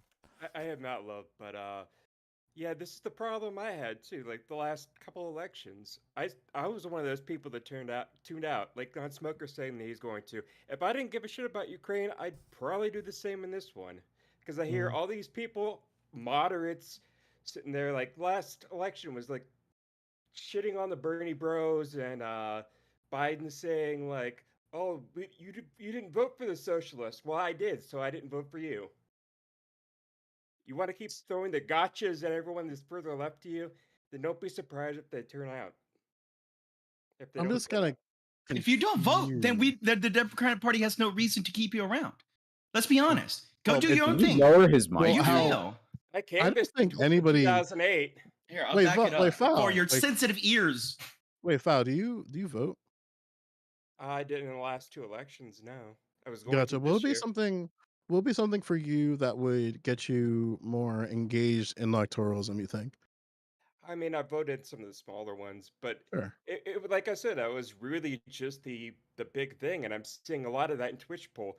This big smug like, "Oh, you're too far left, so fuck you, and we're gonna mock you all day, and we're gonna shit talk you." And I got this idiot over here like, "Oh, anybody further right's like authoritarian," but he'll call everyone left of him authoritarian. He is fine with that. I think. That- Yeah. that's what I've been getting thrown at me in this Discord for months now, is because True. I'm too far left and my opinions don't matter. The True, real issue is that leftism you is- don't compromise. Because That's the problem, because we live in a It's country not that is a because of democracy. It's compromise. about compromising. I'm Dude, fine you're If you don't with want to blameless compromise your compromise. values, Because if you don't want to compromise your the guy values, who runs the you don't have server to. is sitting here shitting on leftists all fucking day. I That's why. emphasize with what Foul's It's not saying, me right? not compromising. I think it's, the problem. I think a problem it's is extreme. like, and Anybody maybe that you has can this get idea, you just dismiss them. yeah, and maybe like Wick will get into this when he talks with what's his I try face. to be reasonable. I try to be the reasonable. They hate their one, and constituents, I guys. don't get brought on the air because You're not our constituents. You don't get understand brought that? on the air. You You don't get hold on. You don't get brought on the air. You alienate. You don't I want think to that- leftists on Constituents. air. You're not our target You voters. want We to don't. paint We, Wow. everyone who thinks I'm they're closer to your target okay, voters than you are. complete no, fucking you're not. loser. You're not liberal. You believe Yeah, in a no, but I'm bipartisan- If you're a an disaffected illiberal, voter. you're not- I'm a disaffected so voter, what? and I'm not a Biden I shill. don't care. Did you Like vote you. the last election, Don't non-smoker? vote. I don't care. I refuse to answer anything you say until you're You're a debating fucking like a loser. man. Yeah, you don't 'cause you're want a to total debate fucking anything. pussy. You don't want to debate anything, non-smoker. Okay, Dude, I'm gonna reminder to to, the panel that he yeah, backed out of yeah. the debate. That's what you wanna do. I'm gonna call the herd. Statement. I'm gonna call the herd. Remember- I'm gonna call the Well, herd. I just want to engage with what Foul's trying to say here. Goddamn, Yeah, please. y'all white men want to fight all the goddamn time. It's frustrating. I emphasize with Foul here. Let the right? black man speak. Yes. It's gonna happen, or are you gonna say Yeah, some go dumbass shit? ahead. I'm just All right, trying thank to- God, because that nigga is gonna keep going on and on. I empathize with what Foul's saying here, right? Because sure, I think it's fair to say that Pondering, myself, non-smoker, and Hutch are not exactly in the same tense. But No. I think when it comes to particular issues, it's possible that we might be collective on certain issues and policy. I think that that would be a good route to go if you're trying to find some type of middle ground here. Like, I'm more than Right. happy to, for whatever, like, as much as it might seem like a shocker, if liberals are in support of things of substantive that are relative to my politics, yeah, I'll support them. Can you But time and time- compromise on any of your values to vote for a candidate like Joe Biden? Yes. Holy shit! Did you watch the panel, or are you just coming in here to talk I'm some just shit? I'm just clarifying.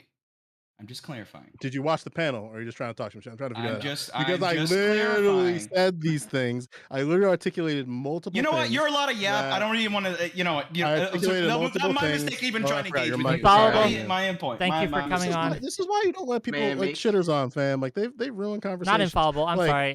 I've I'm sorry, said that there are things that I'm in support of that are aligned with the policy of the Biden administration. I'm reiterating the fact that so many people, like in Follow or Foul, we were talking Oh, we're about shadowboxing. earlier. Got it. All right, go. I'm not Go for it. shadowboxing. Yeah, you are. It's You're about to okay. talk, you're Yeah, about to it's okay. talk No, about no, it's people okay. No, not it's in the okay. I can talk conversation, as well. and then I act can like talk you're as well. talking. He's in It's all good. You were literally talking to him, Follow or Foul. He's a part of this conversation. What are you talking about? Yeah, All I right, was so engaging besides with the him, point, and then you started saying some he shit, but wasn't. you You really were want engaging with him, attention. and I'm trying to talk about the fact that he doesn't want to come. Are you making autistic A speeches? surefire way Are for you the okay? Democrats to lose is having people like In Pursuit of Knowledge advocate for them.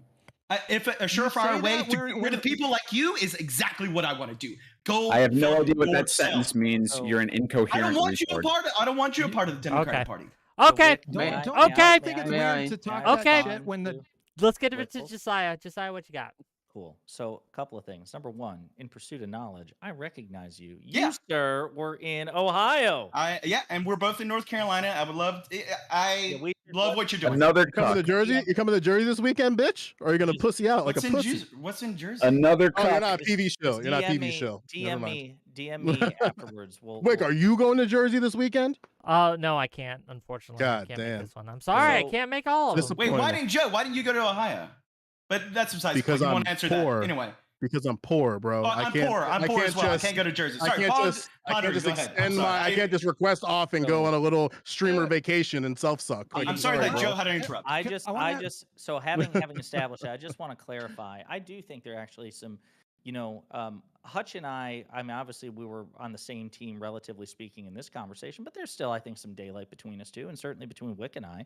So listen, I think that the Democratic Party are the only viable political proxies to make any sort of meaningful change in this country. I think that Jill Stein, Cornel West, Independence, the Green Party, they don't stand a chance, certainly not when it comes to the presidency, when you have the duopoly truly entrenched. But I'm not trying to alienate people on the left. That's why if you guys follow my content, what do I punch? I punch right almost exclusively. Hutch and I even had a recent, long, good conversation about this, because I am less inclined to punch left. Not because people on the left don't occasionally get on my nerves, but because I recognize that the right is by far the bigger threat to any meaningful progress. Because they to a better vote. world. They vote. Nobody votes, bro. Like, they have what are you the talking same- about? Like, Well, the America last does thing have I'll a pretty say, low turnout. the last the thing I'll turnout's low as shit. The Sorry, last go thing for it, I'll man. say is, at the same time, as I've said before, even though I'm sympathetic to various left-wing projects, including the uncommitted vote, to Hutch's point, to In Pursuit of Knowledge's point, there has to be a carrot and a stick thing here. If you want Democrats to be more open to what you want, yes, I understand the bullying and the pressure, and we've seen Biden be bullied successfully. It's one of the things I like about him, that AOC and Bernie have been able to move him, because he himself is a feckless centrist, but he has governed relatively progressively in part because of the progressive coalition. I like that about him. But at the same time, wiping your hands free of this and just handing the country over to Trump and the Republicans, that doesn't work for me either. So sometimes I think you've got to reward your best viable candidate with your vote as you continue to pressure them to move more left. And if all you do is bully them and never reward them, as I feel that some people might be inclined to do, that's just a dead end. And then Biden will turn to the Nikki Haley voter instead of the socialists.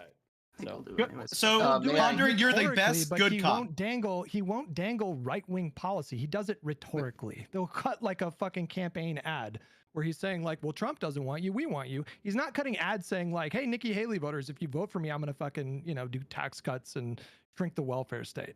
I think like it's more we like, need to, hey, we'll support Ukraine, and then we don't believe that presidents are entitled to absolute legal immunity to murder people. exactly. I'm not. may not I- exactly. Go for a foul. Sorry. Yeah, this is myself. Oh, sorry. I'll start by White- saying white the people main look the reason same, I get I'm punching liberals right now is because I do have significant problems with liberals. I do have more with the Republican Party, but what this conversation is about is essentially getting people to vote. At minimum, liberal. Do you think or liberals are vote at part- all? Do you think liberals are part of your like coalition? Like when you think of like the people who you politically just care hold about. on. I got a housekeeping hat. I'm gonna move some of you out and allow some of them to be in. There's Sure. a lot of people here. That's what I'm gonna do. Can I say one last thing, Wick? Just No. one last thing. The statement I wanted to make for a hot second here is that a fundamental disagreement I have in an approach to politics with the Democratic Party that has become especially obvious to me lately is that there seems to be a prevailing attitude that the Democratic Party deserves the vote from the Progressive Party because the Republican Party is so bad. Whereas my approach to politics is that politicians, regardless of where they lie ideologically, should be earning the votes of their voters. And one of the ways in which the Republican Party earns its votes is basically by being racist. The Republican Party, in a lot of cases, triumphs on its platform of racism and other related ideas that might not necessarily be explicitly racist. So can you clarify? It doesn't matter to you at all that the Democrats or the liberals are better than the Republicans and the conservatives? It does matter to me, and in fact, prior to October, I would have voted for Biden. And Ukraine is what swayed in you, right? general, what? Ukraine is what swayed you, right? Or am I thinking? No, Gaza is what's swayed. Yeah. Yes. Israel, you Gaza. Hold on, but that's can I what's swaying me. interrogate that, right? And then we're gonna get Sitch in here. I'm curious. I'm very curious. Wait, and Sitch, you're muted if you're trying to speak. That's on your end. Hey now, no, I'm not, but thanks. Great. But I want to interrogate that. So, what do you think happens to Gaza, to Israel and Palestine, that whole situation? What do you think happens if Biden loses and Trump wins? Do you think it gets better? Frankly, it can't It's fucked get regardless. much worse. Well, yeah, it you can't get are much worse. very mistaken that it can't get worse, Mike. Oh, yeah, what's but worse? let's- Just well, straight like- up dropping nukes? Like just nuking Iran. Like, it's- Can you answer me this then? Listen, because I And hear that's that a sour lot. lemon. Foul's gone. Foul. Oh shit! Sorry, Yes, Sour I'm lemon. sour lemon. I know yes. what happened. Can you explain to me, if you don't think that it would make that much of a difference with respect to the United States posture on Gaza, why does the Israeli government want Trump to win the election? Because sorry, that's a question. Because Joe Biden, because the Democratic Party is the only viable political tool anti-Israeli, anti-Zionists have to push for anti-Israel policy. What does that Biden lead to? is not helping on that front. In fact, he's making it worse. With I don't think- respect, if that's true, if it's more about the Democratic Party, if it basically, But the thing is, they I'm not wouldn't- voting for Biden because Biden is a Zionist. I understand, but basically, here, let me just skip to the end. Obviously, you're gonna vote. You're gonna vote how you're gonna vote, and I respect that. But it is not true to say that there is no meaningful difference between Trump and Biden, even with respect to Gaza. You can say it's not enough of a difference to motivate me to vote. I guess I can wrap my head around this. But the fact that Netanyahu and the Israeli government want Trump to win is conclusive, irrefutable proof. It is beyond contradiction. It is like saying the earth is flat. You can say it. You're just wrong. that Trump and Biden, that there's no difference between them with respect to Israeli policy. The thing that I would like just to before you add, respond, after you use the restroom for a minute, JayMac's in charge. Tell him back. I'll be right back. Okay. Oh my Cool. God. No, like thing- pondering, like my whole the thing, thing- right? Oh, sorry, go for it. You can cook. Okay. The thing I would like to add to that, and which has really solidified my position on this matter, is police response to student protesters, in which it is demonstrated that there is not just Joe Biden, but like the entire media apparatus, the entire liberal like order in this country is essentially done everything in its power for the past several months to wash away Israel's crimes, and in the process of doing so, stifle our right to free speech and protest by dissolving these student encampments. Yeah, but And when I- you don't think you these do not have a encampments civil- you do and not- taking you do over. not have a civil right. You do not have a civil right to take over a space on a campus. Yes, you do. Yeah, you Um, don't have a you right do. to go into You a have a building right to and just protest. occupy You have a it right to that way. protest in this You have a country. right. You have a right to protest. Now, the parameters of that protest, you can say like, the certain parameters are unacceptable, but by and large, those protesters did not meet those parameters, and in some cases were met with force, and that force came about their presentation of self-defense. You could find individual These- instances of police using too much force. I think some of them were pretty Individual A lot, instances? fam. Excuse me. Some Like- guy like, got his we some can- guy we got his can ribs agree. broken. I Some think guy got it's his ribs broken. fair. That was hold on, let me finish. You can find so individual now we're instances of waiting for police you to go. police using too much force, but you do not have a civil right to permanently take over a space, and especially you do not have a right to restrict movement for Zionists. Let me ask you a question. Let me ask you a let's talk question. Hold about on. No, I would permanent really space. like to respond to those two Because things. none of first these of Hold all, on. I'm things back were now. movement. I'm back And to now. say that I'm it's back now. And permanent Hutch is is going to finish his. disingenuous as Hutch is shit, bro. Hutch is going to Using finish his encampments were statement. not Hutch permanent. is. Oh my I'm God. not gonna let you get Okay, away with I'm saying gonna mute permanent. people. Like, and then Gang, just have gang. like Public spaces, anyways. Mute you. I gotta go. Okay, question- I love you, buddy. See you later. Hutch is going you to later. finish his All right. statement, and then you both Bye, can guys. respond. I promise. I want to know your honest answer to this question, okay? If these were pro-Zionist encampments and they were blocking movement into the encampment to pro-Palestinian protesters, how would you feel about them? Just fine. They have a right to protest peacefully.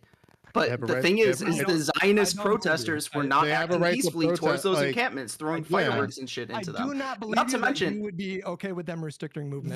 The thing I don't have the thing I'm not okay with is their ideology, is the Zionism, not peacefully protesting. Yeah, and to reinforce Lemon here, I also, as much as Zionism in America is not great, if they protest, they have the right to. Like in my county when they protested at Princeton University, I spoke to them and heard them out. They had all types of different types of things that were counter protests. They were peaceful, and we were able to engage with them how they would see fit. Their politics are disgusting to me, but that we live in a country where, hey, you're going to have pro Zionism and you have people who are anti Zionism in the same grounds of each other. I think it's the responsibility of the entire community to make sure that things don't agitate in a way, or one side thinks that they can agitate the other. That's where, for me, where I don't think it's okay. And Especially also Zionists, compare if you saw and Zionists also physically blocking Palestinian advocates, you would say, "Oh yeah, that's fine. They have a civil right to do that." those were I like think it's public completely gathering reasonable. places I on think campus it is- grounds. I think it is completely reasonable for a protest movement to restrict individuals coming in, especially if you want to make sure that their message is concentrated. Because the No, minute you bring cops are gonna people come in from and the break it out, up. Cops are gonna come in and I break think it up. all of it. I don't think that's right. Okay, That's okay, not- okay. One at a now I time. can't cook, One at a nigga. time. One at a Damn. time. Like, One at a time. so to be fair Finish. here, right? Because we're trying to be okay. Go for it, Wick. What's up, fam? Well, yeah. I just want to This make is sure a fucking everyone the gets cycle it. continues to happen, and it's just like fucking retarded. But anyway, if you are trying to make sure who exists within your encampment so that your message is clear, then yes, you should restrict movement. You don't have a right to do that on a campus. You don't have a right to Yes, tell you do. people- On public campuses. I want to hear from JayMac. Private campuses. I want to hear from JayMac. I want to hear from JayMac right now. Yeah, all He's right. been trying to get This in, is what and I'm going to give him this space. is what I find interesting about the right to protest, because I am very, very, very huge into free speech, because I think it is Mhm. a pinnacle of a right of American. or of anyone for that matter. But if you're looking at a public space, because that's where these protests primarily took place, that's why these encampments or whatever took place, right? These are public spaces at these universities, correct? Yes. Okay, so so you're saying that someone moving through the public space, so it's not the space that belongs to the protesters, it's still public, even though they're protesting on it, correct? Yes. Okay, so then what gives you the right to restrict anybody's movement through there? Which is why I think it's getting lost here. For Okay, me, explain to me. I can't speak for Sour here, Okay. but for me, if you have an encampment and you have a protest for a particular goal and cause, you ought to restrict who comes in and out of there, because we know and have seen how objectionist forces and obstructionist forces, infiltrate groups to cause an uproar. So I think it is the best interest to make sure you are very aware who's coming in and out of particular encampments in context. Now, if they're in a situation where they are blocking property in such a way that is obstructing, in the context of schools and institutions, the educational process, then yes, the university in that case, because rights don't just exist on the rights of protesters, they have the ability to say, hey, I agree with your encampment in this context, but we have to have some level of movement going in and out of a particular area. Does that make So, like, sense to you? Cordoning off Cops like a are gonna specific enforce that. area, right?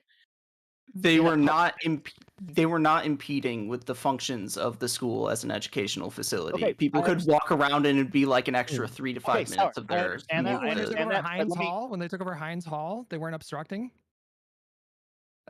That is a little different, but I am still in support of that.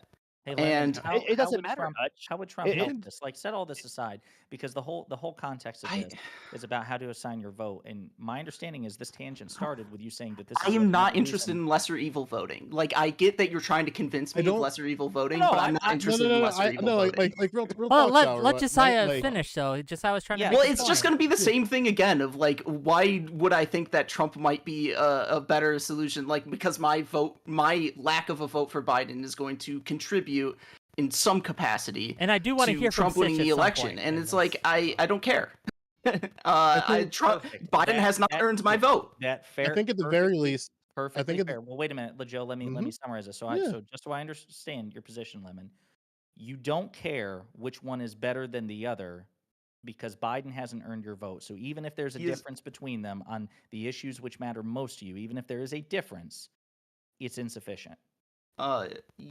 Essentially, because even Okay. as it pertains to, because it's not just that he hasn't earned my vote, it's that he has actively gone away understand. from where my voting priorities I understand, and this You- is yes, you- and this is where we are at a complete impasse with one another. You're right. Yeah. There's it's okay. It sounds like you're rejecting the very premise of democracy. No, I'm not rejecting the premise of democracy. don't engage in Voting straw. is also a That straw form is of insane. contribution. Straw is crazy, bro. Democratic right to withhold support from the better candidate. Okay. Listen, Exactly. I think it's No, but ridiculous. that's- Okay. democracy I is think about that's- exercising what power you have to affect the best outcome. Agreed. And in I the think the democracy, idea of, like, America's I think- not a terribly I- democratic institution. I I'm just think gonna it's, throw that I out think there. it's What are you talking irrational about, as bro? hell what you're doing. I think it's irrational as hell, but you have the right to do it. And yeah, I don't think there's much to be gained by batting this back and forth. I with want to make sure that I'm very curious what Sitch jumped in for and what he has to say. So I'm going to pass the ball to him for a minute. Yeah. I just jumped in to say that that guy JayMac is so smart and so handsome. No, but Okay. besides that, when I turned on, I heard you guys were talking about the immigration bill and whether it was, the Democrats capitulating the Republicans.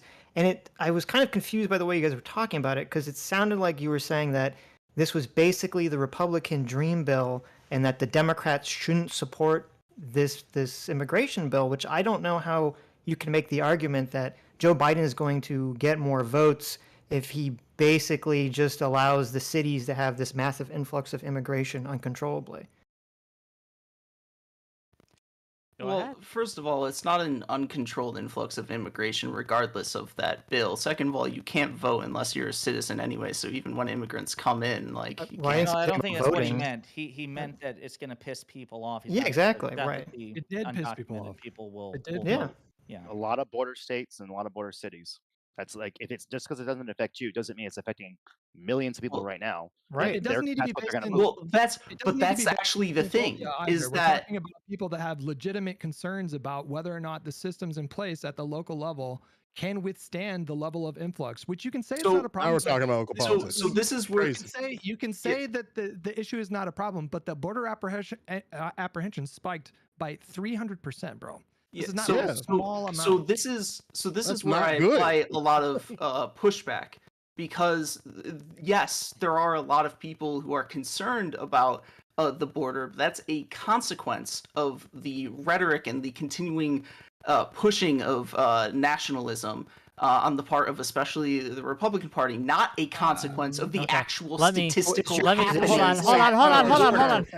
me ask. Not a consequence of Wait, statistics. hold on. Sour, is your position just that you don't? Should there be borders whatsoever? Any sort of regulation on this? Depends on like how far into the future you go. No, there should be border regulation. It's just that what we have and what was pushed for was very draconian in nature. How would you regulate? Simply make sure people aren't bringing illicit goods into the country, make it easier to facilitate a citizenship process, do not imprison people for crossing the border illegally, make sure instead it does happen. ICE is like a real organization. They imprison people who are illegal. They hold people in holding facilities. They hold people in holding facilities. Holding facilities. You're not in a border state. You're not in a border state. Shut the fuck up. You're not in a border state. I'm talking. If you show up at our border, there is a process for vetting each person that comes. Do you agree that there should be a process of vetting? He agrees with the process. What he's saying is that the I'm process. asking him. He said it, and I don't know why he didn't hear it. Joe, He agrees that there needs to be a process. And I'm talking to you, nigga. I'm talking to you, nigga. And I'm trying to say here, I don't give a shit. I don't give a shit what you want, because this is what I'm doing. At the border. He agrees that there should be a vetting process. Don't speak He for relinquished that in his points. Don't speak for him. Again, I want to hear from Sour. He said it. Hold on. Sour can reiterate. He can repeat himself if he needs to. Sour, go ahead. I agree that you need to like actually take a look at the people crossing the border. I don't agree that you need to hold them in prison-like facilities if they cross the border illegally. And I certainly don't think that you shouldn't. What you're saying makes no sense. Sour, do you agree? What do you do with them as they're vetting them? Sour, the same thing they do at the Canadian border. What do you mean? Sour, do you believe? Vetting them? Sour, do you believe that the southern border, as it's currently presenting itself, is underfunded? Yes. Do you think that there should be funding towards the southern border for the things that you described in the things that you want to see happen? Do you think that would help or hurt? In what I want, I do want funding. Sure. But what I'm stating, I understand can be misconstrued as me saying that we need to put more funding into like ICE and ICE holding facilities. And to an extent, I actually do think that we do need to put money towards those, because the holding facilities, as I said, have prison-like conditions. We put money towards them, then we can stop having those prison-like conditions.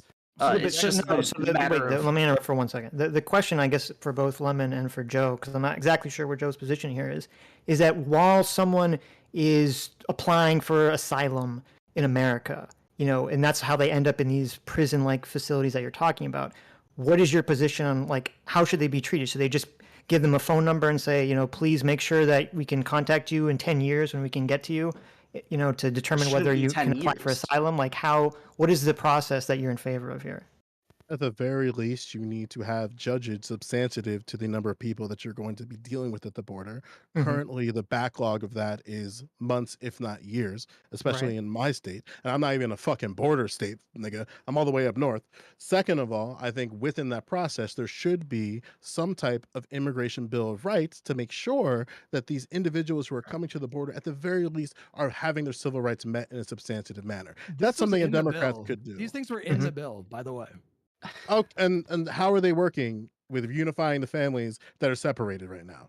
They're No, so actually let me- making a let me lot ask you of a question. progress Hold on that. on. I don't know what you're A talking lot of about. progress. Hold on, You hold on, know hold on. what you're talking Gang, about. I know we Okay, all yes, very yes. That's very okay. big You don't know what you're personalities here. talking We all about. want to That's all talk. right. I want to hear from Sitch. Sitch is Okay, just so got on here. Go so ahead. like okay, so in the say we have the border bill and they double, triple, quadruple the amount of judges that can that can like go over these cases, but there's still just way too many people coming. So do you support either A, that you have to house people in some kind of facility until they can be adjudicated on, or B, the president being able to say, listen, there's just literally too many people, it's overwhelming our system, so we're going to shut down the border and say we're going to turn away anyone until we can get a handle on these numbers? Housing, not throwing Housing. people out. And there's another like part of the reason why I support that, and that's because immigration is statistically a backbone of many critical centers of our economy, notably agriculture.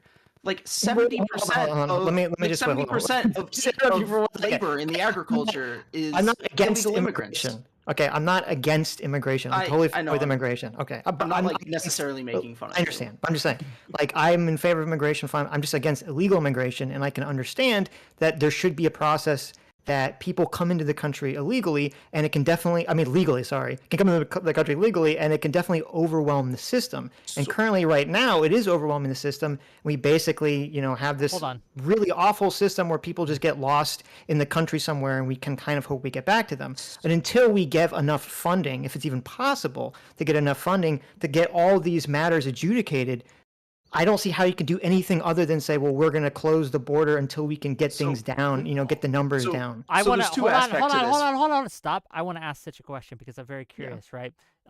So you think that currently, as it stands now, that the border situation, the southern border specifically, is messed up. It's failing. It's not serving its purpose. Correct? Yes. Yeah, Okay. 100%.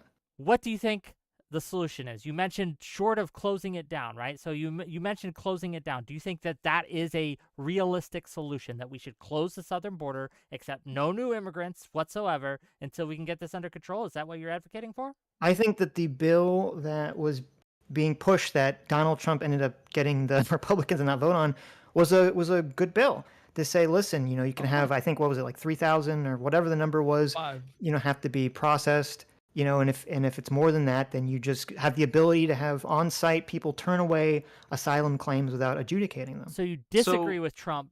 You think that Trump killing that bill, basically. He did that, and which I mean, you he think did that you were entirely just against so he that? could run on immigration, It was obviously. political, yeah. Okay. Yeah, right. Okay. I just wanted to There was get also that clear. there were So- also provisions in the bill that allowed people to get work permits while they were waiting. It sped up the asylum claims. It allocated funding. Guaranteed allocated representation for unaccompanied minors. Yes, so it wasn't just this, like, when people, I've seen a lot of lefties call it literally like a fascist immigration bill, and it's just bullshit.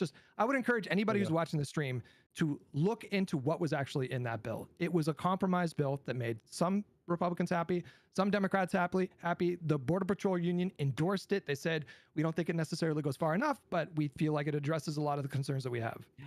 So there's And yet here we are now, where it's still a policy issue that representatives for the Senate are running on.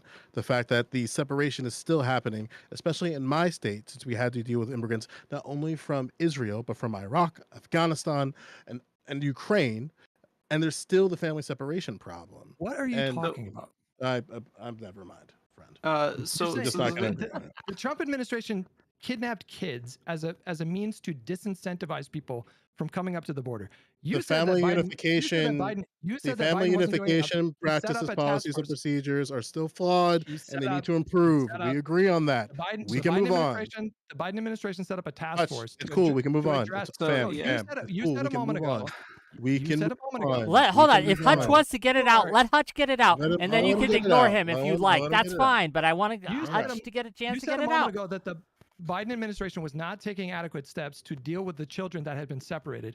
Let me speak. He put a task force together soon after he took office that addressed the 4,227 children that were separated from their families at the border. They have addressed so far 3,126 of those children. Okay, there's still like over 1,000 kids that have not been reunited. But this idea that they haven't made meaningful progress is a pure fiction.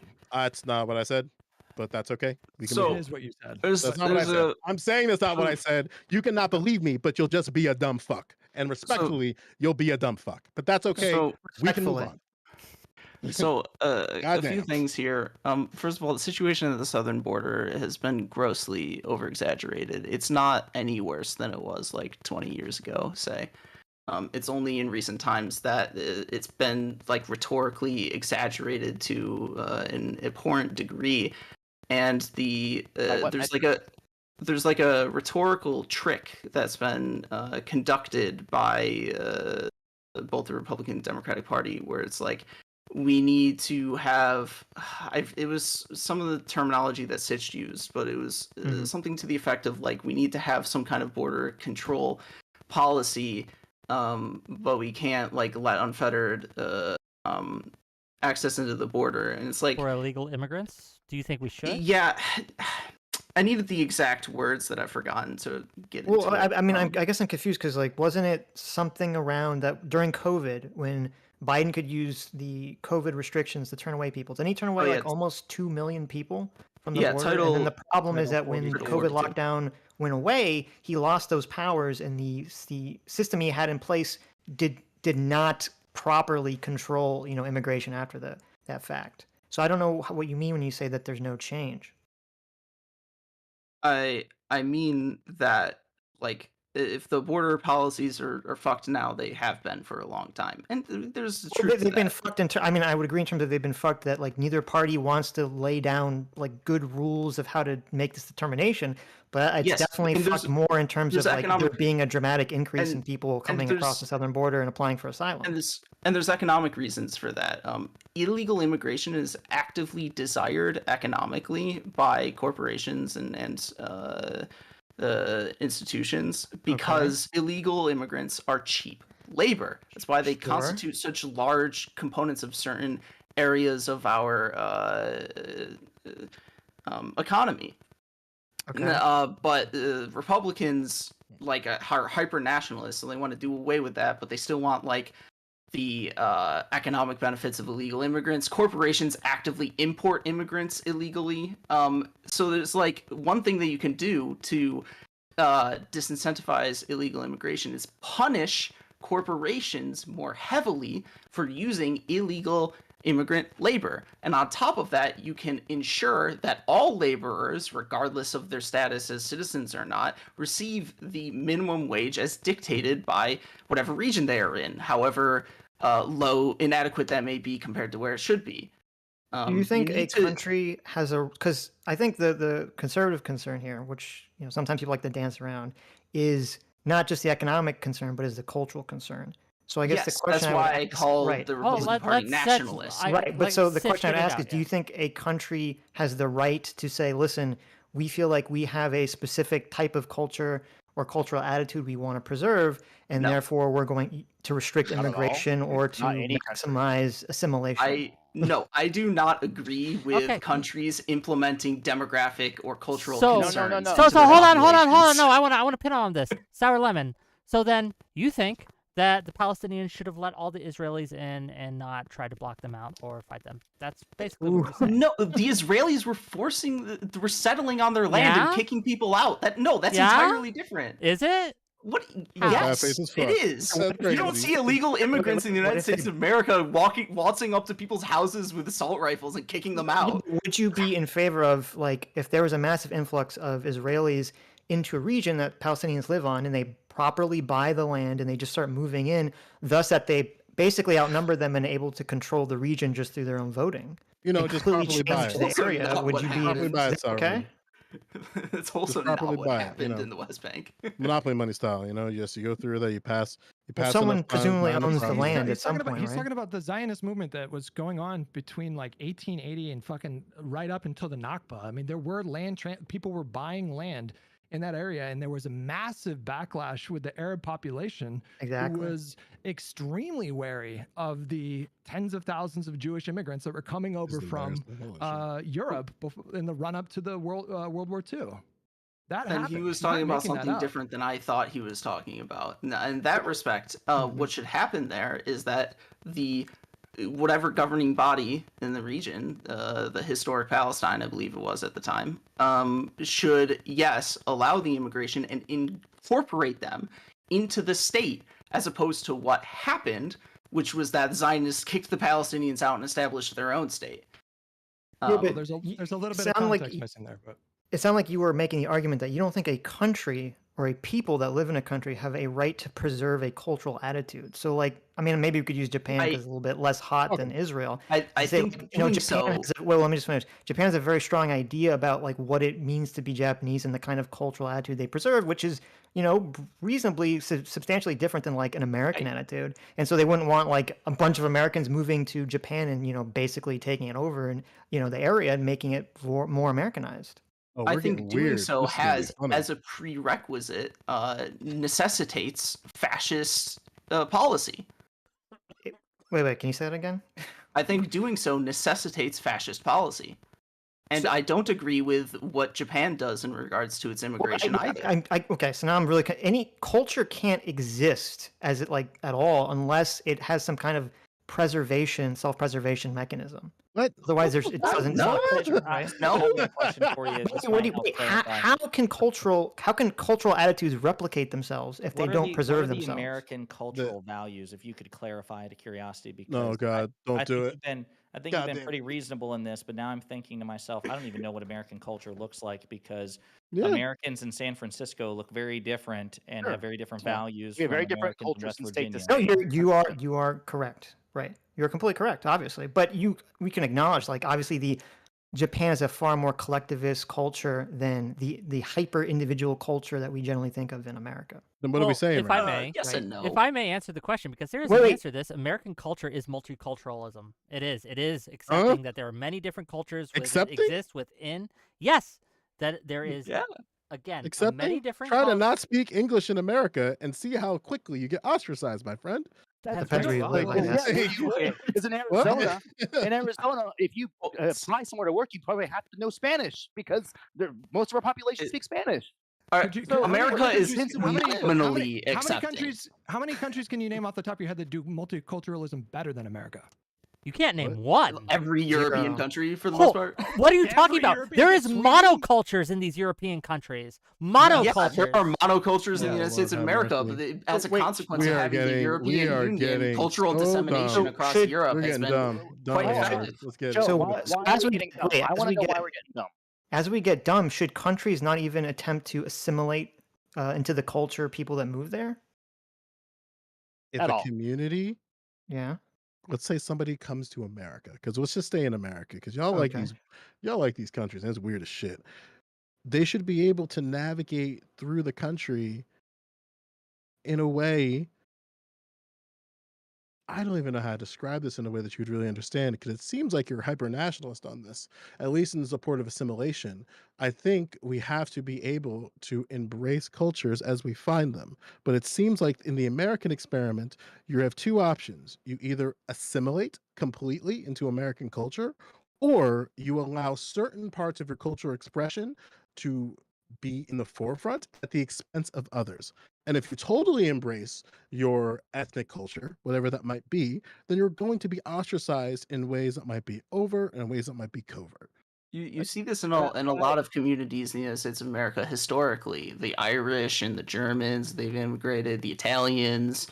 You see it with Spanish and Hispanic community, Hispanic, I should say, Latin American, South American communities. To other cultures in America. We allow people to have their enclaves. Enclaves are totally Yeah, that's what fine I in mean. America. The But- enclaves like generate as a consequence of America, despite nominally saying that it's accepting and And there's a bunch of multicultural. reasons for that. And causes. like, Assimilating is a enclaves. two-way street. When you move into somewhere that is you don't speak the native language, Oh, where Lord, cultural we- norms are. What was that, Joe?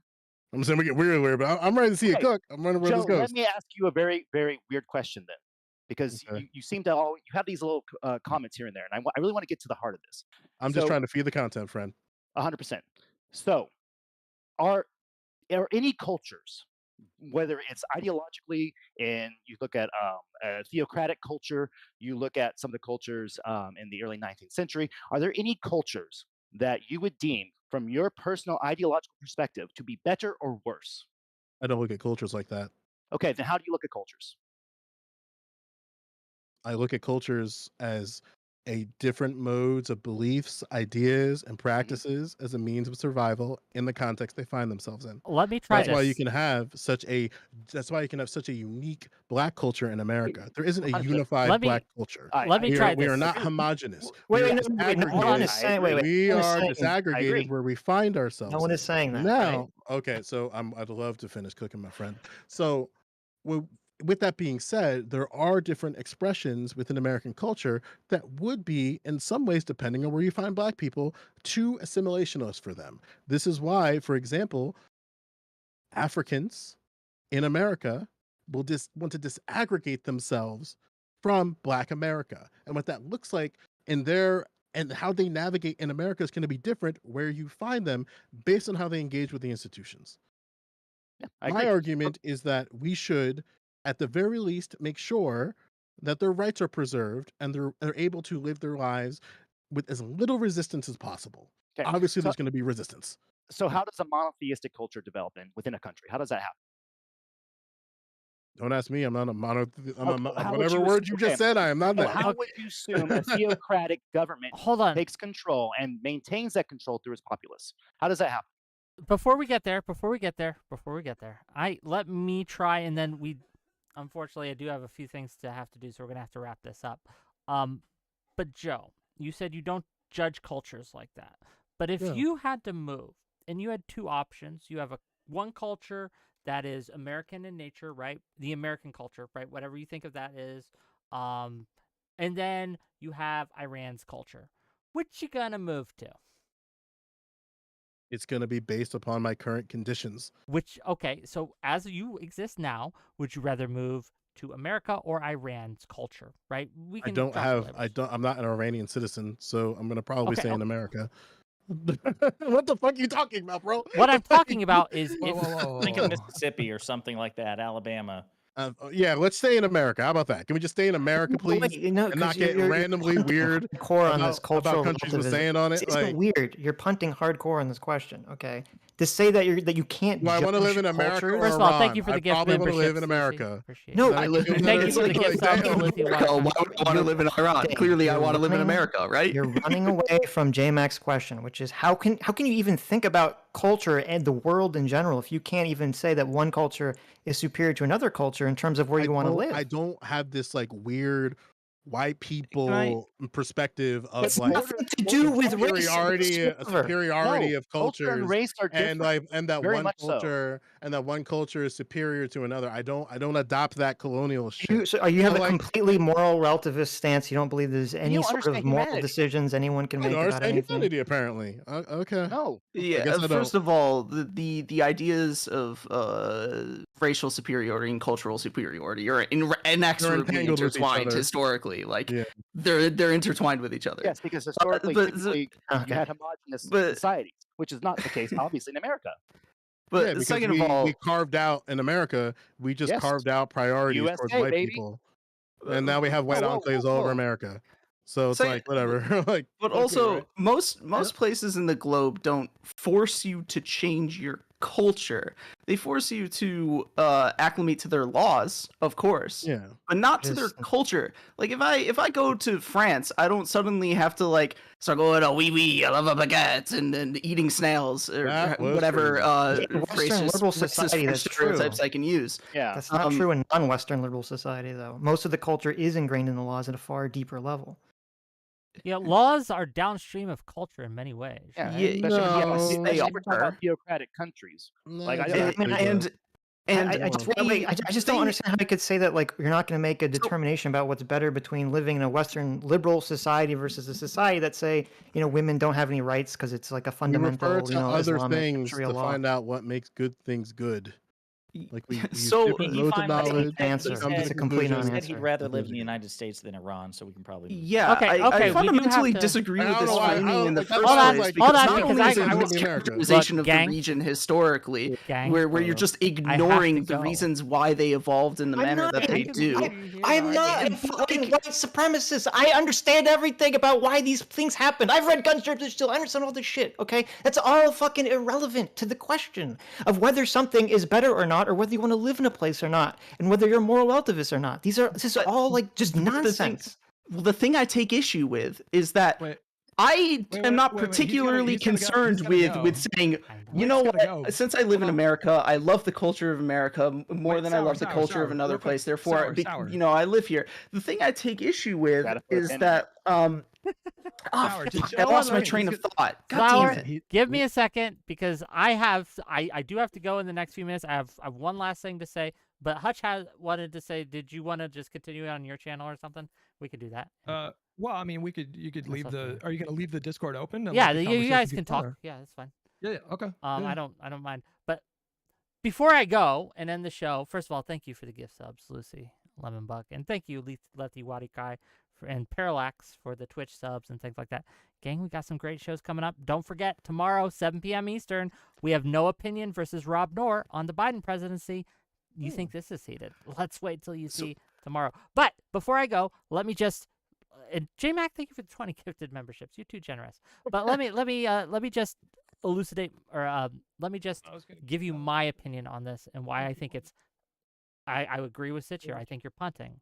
There is clear differences between cultures, and unless we can successfully measure, right, through the metrics of civil liberties, freedom of movement, freedom of expression, whatever values you want to choose, you can, using those values, make a judgment call.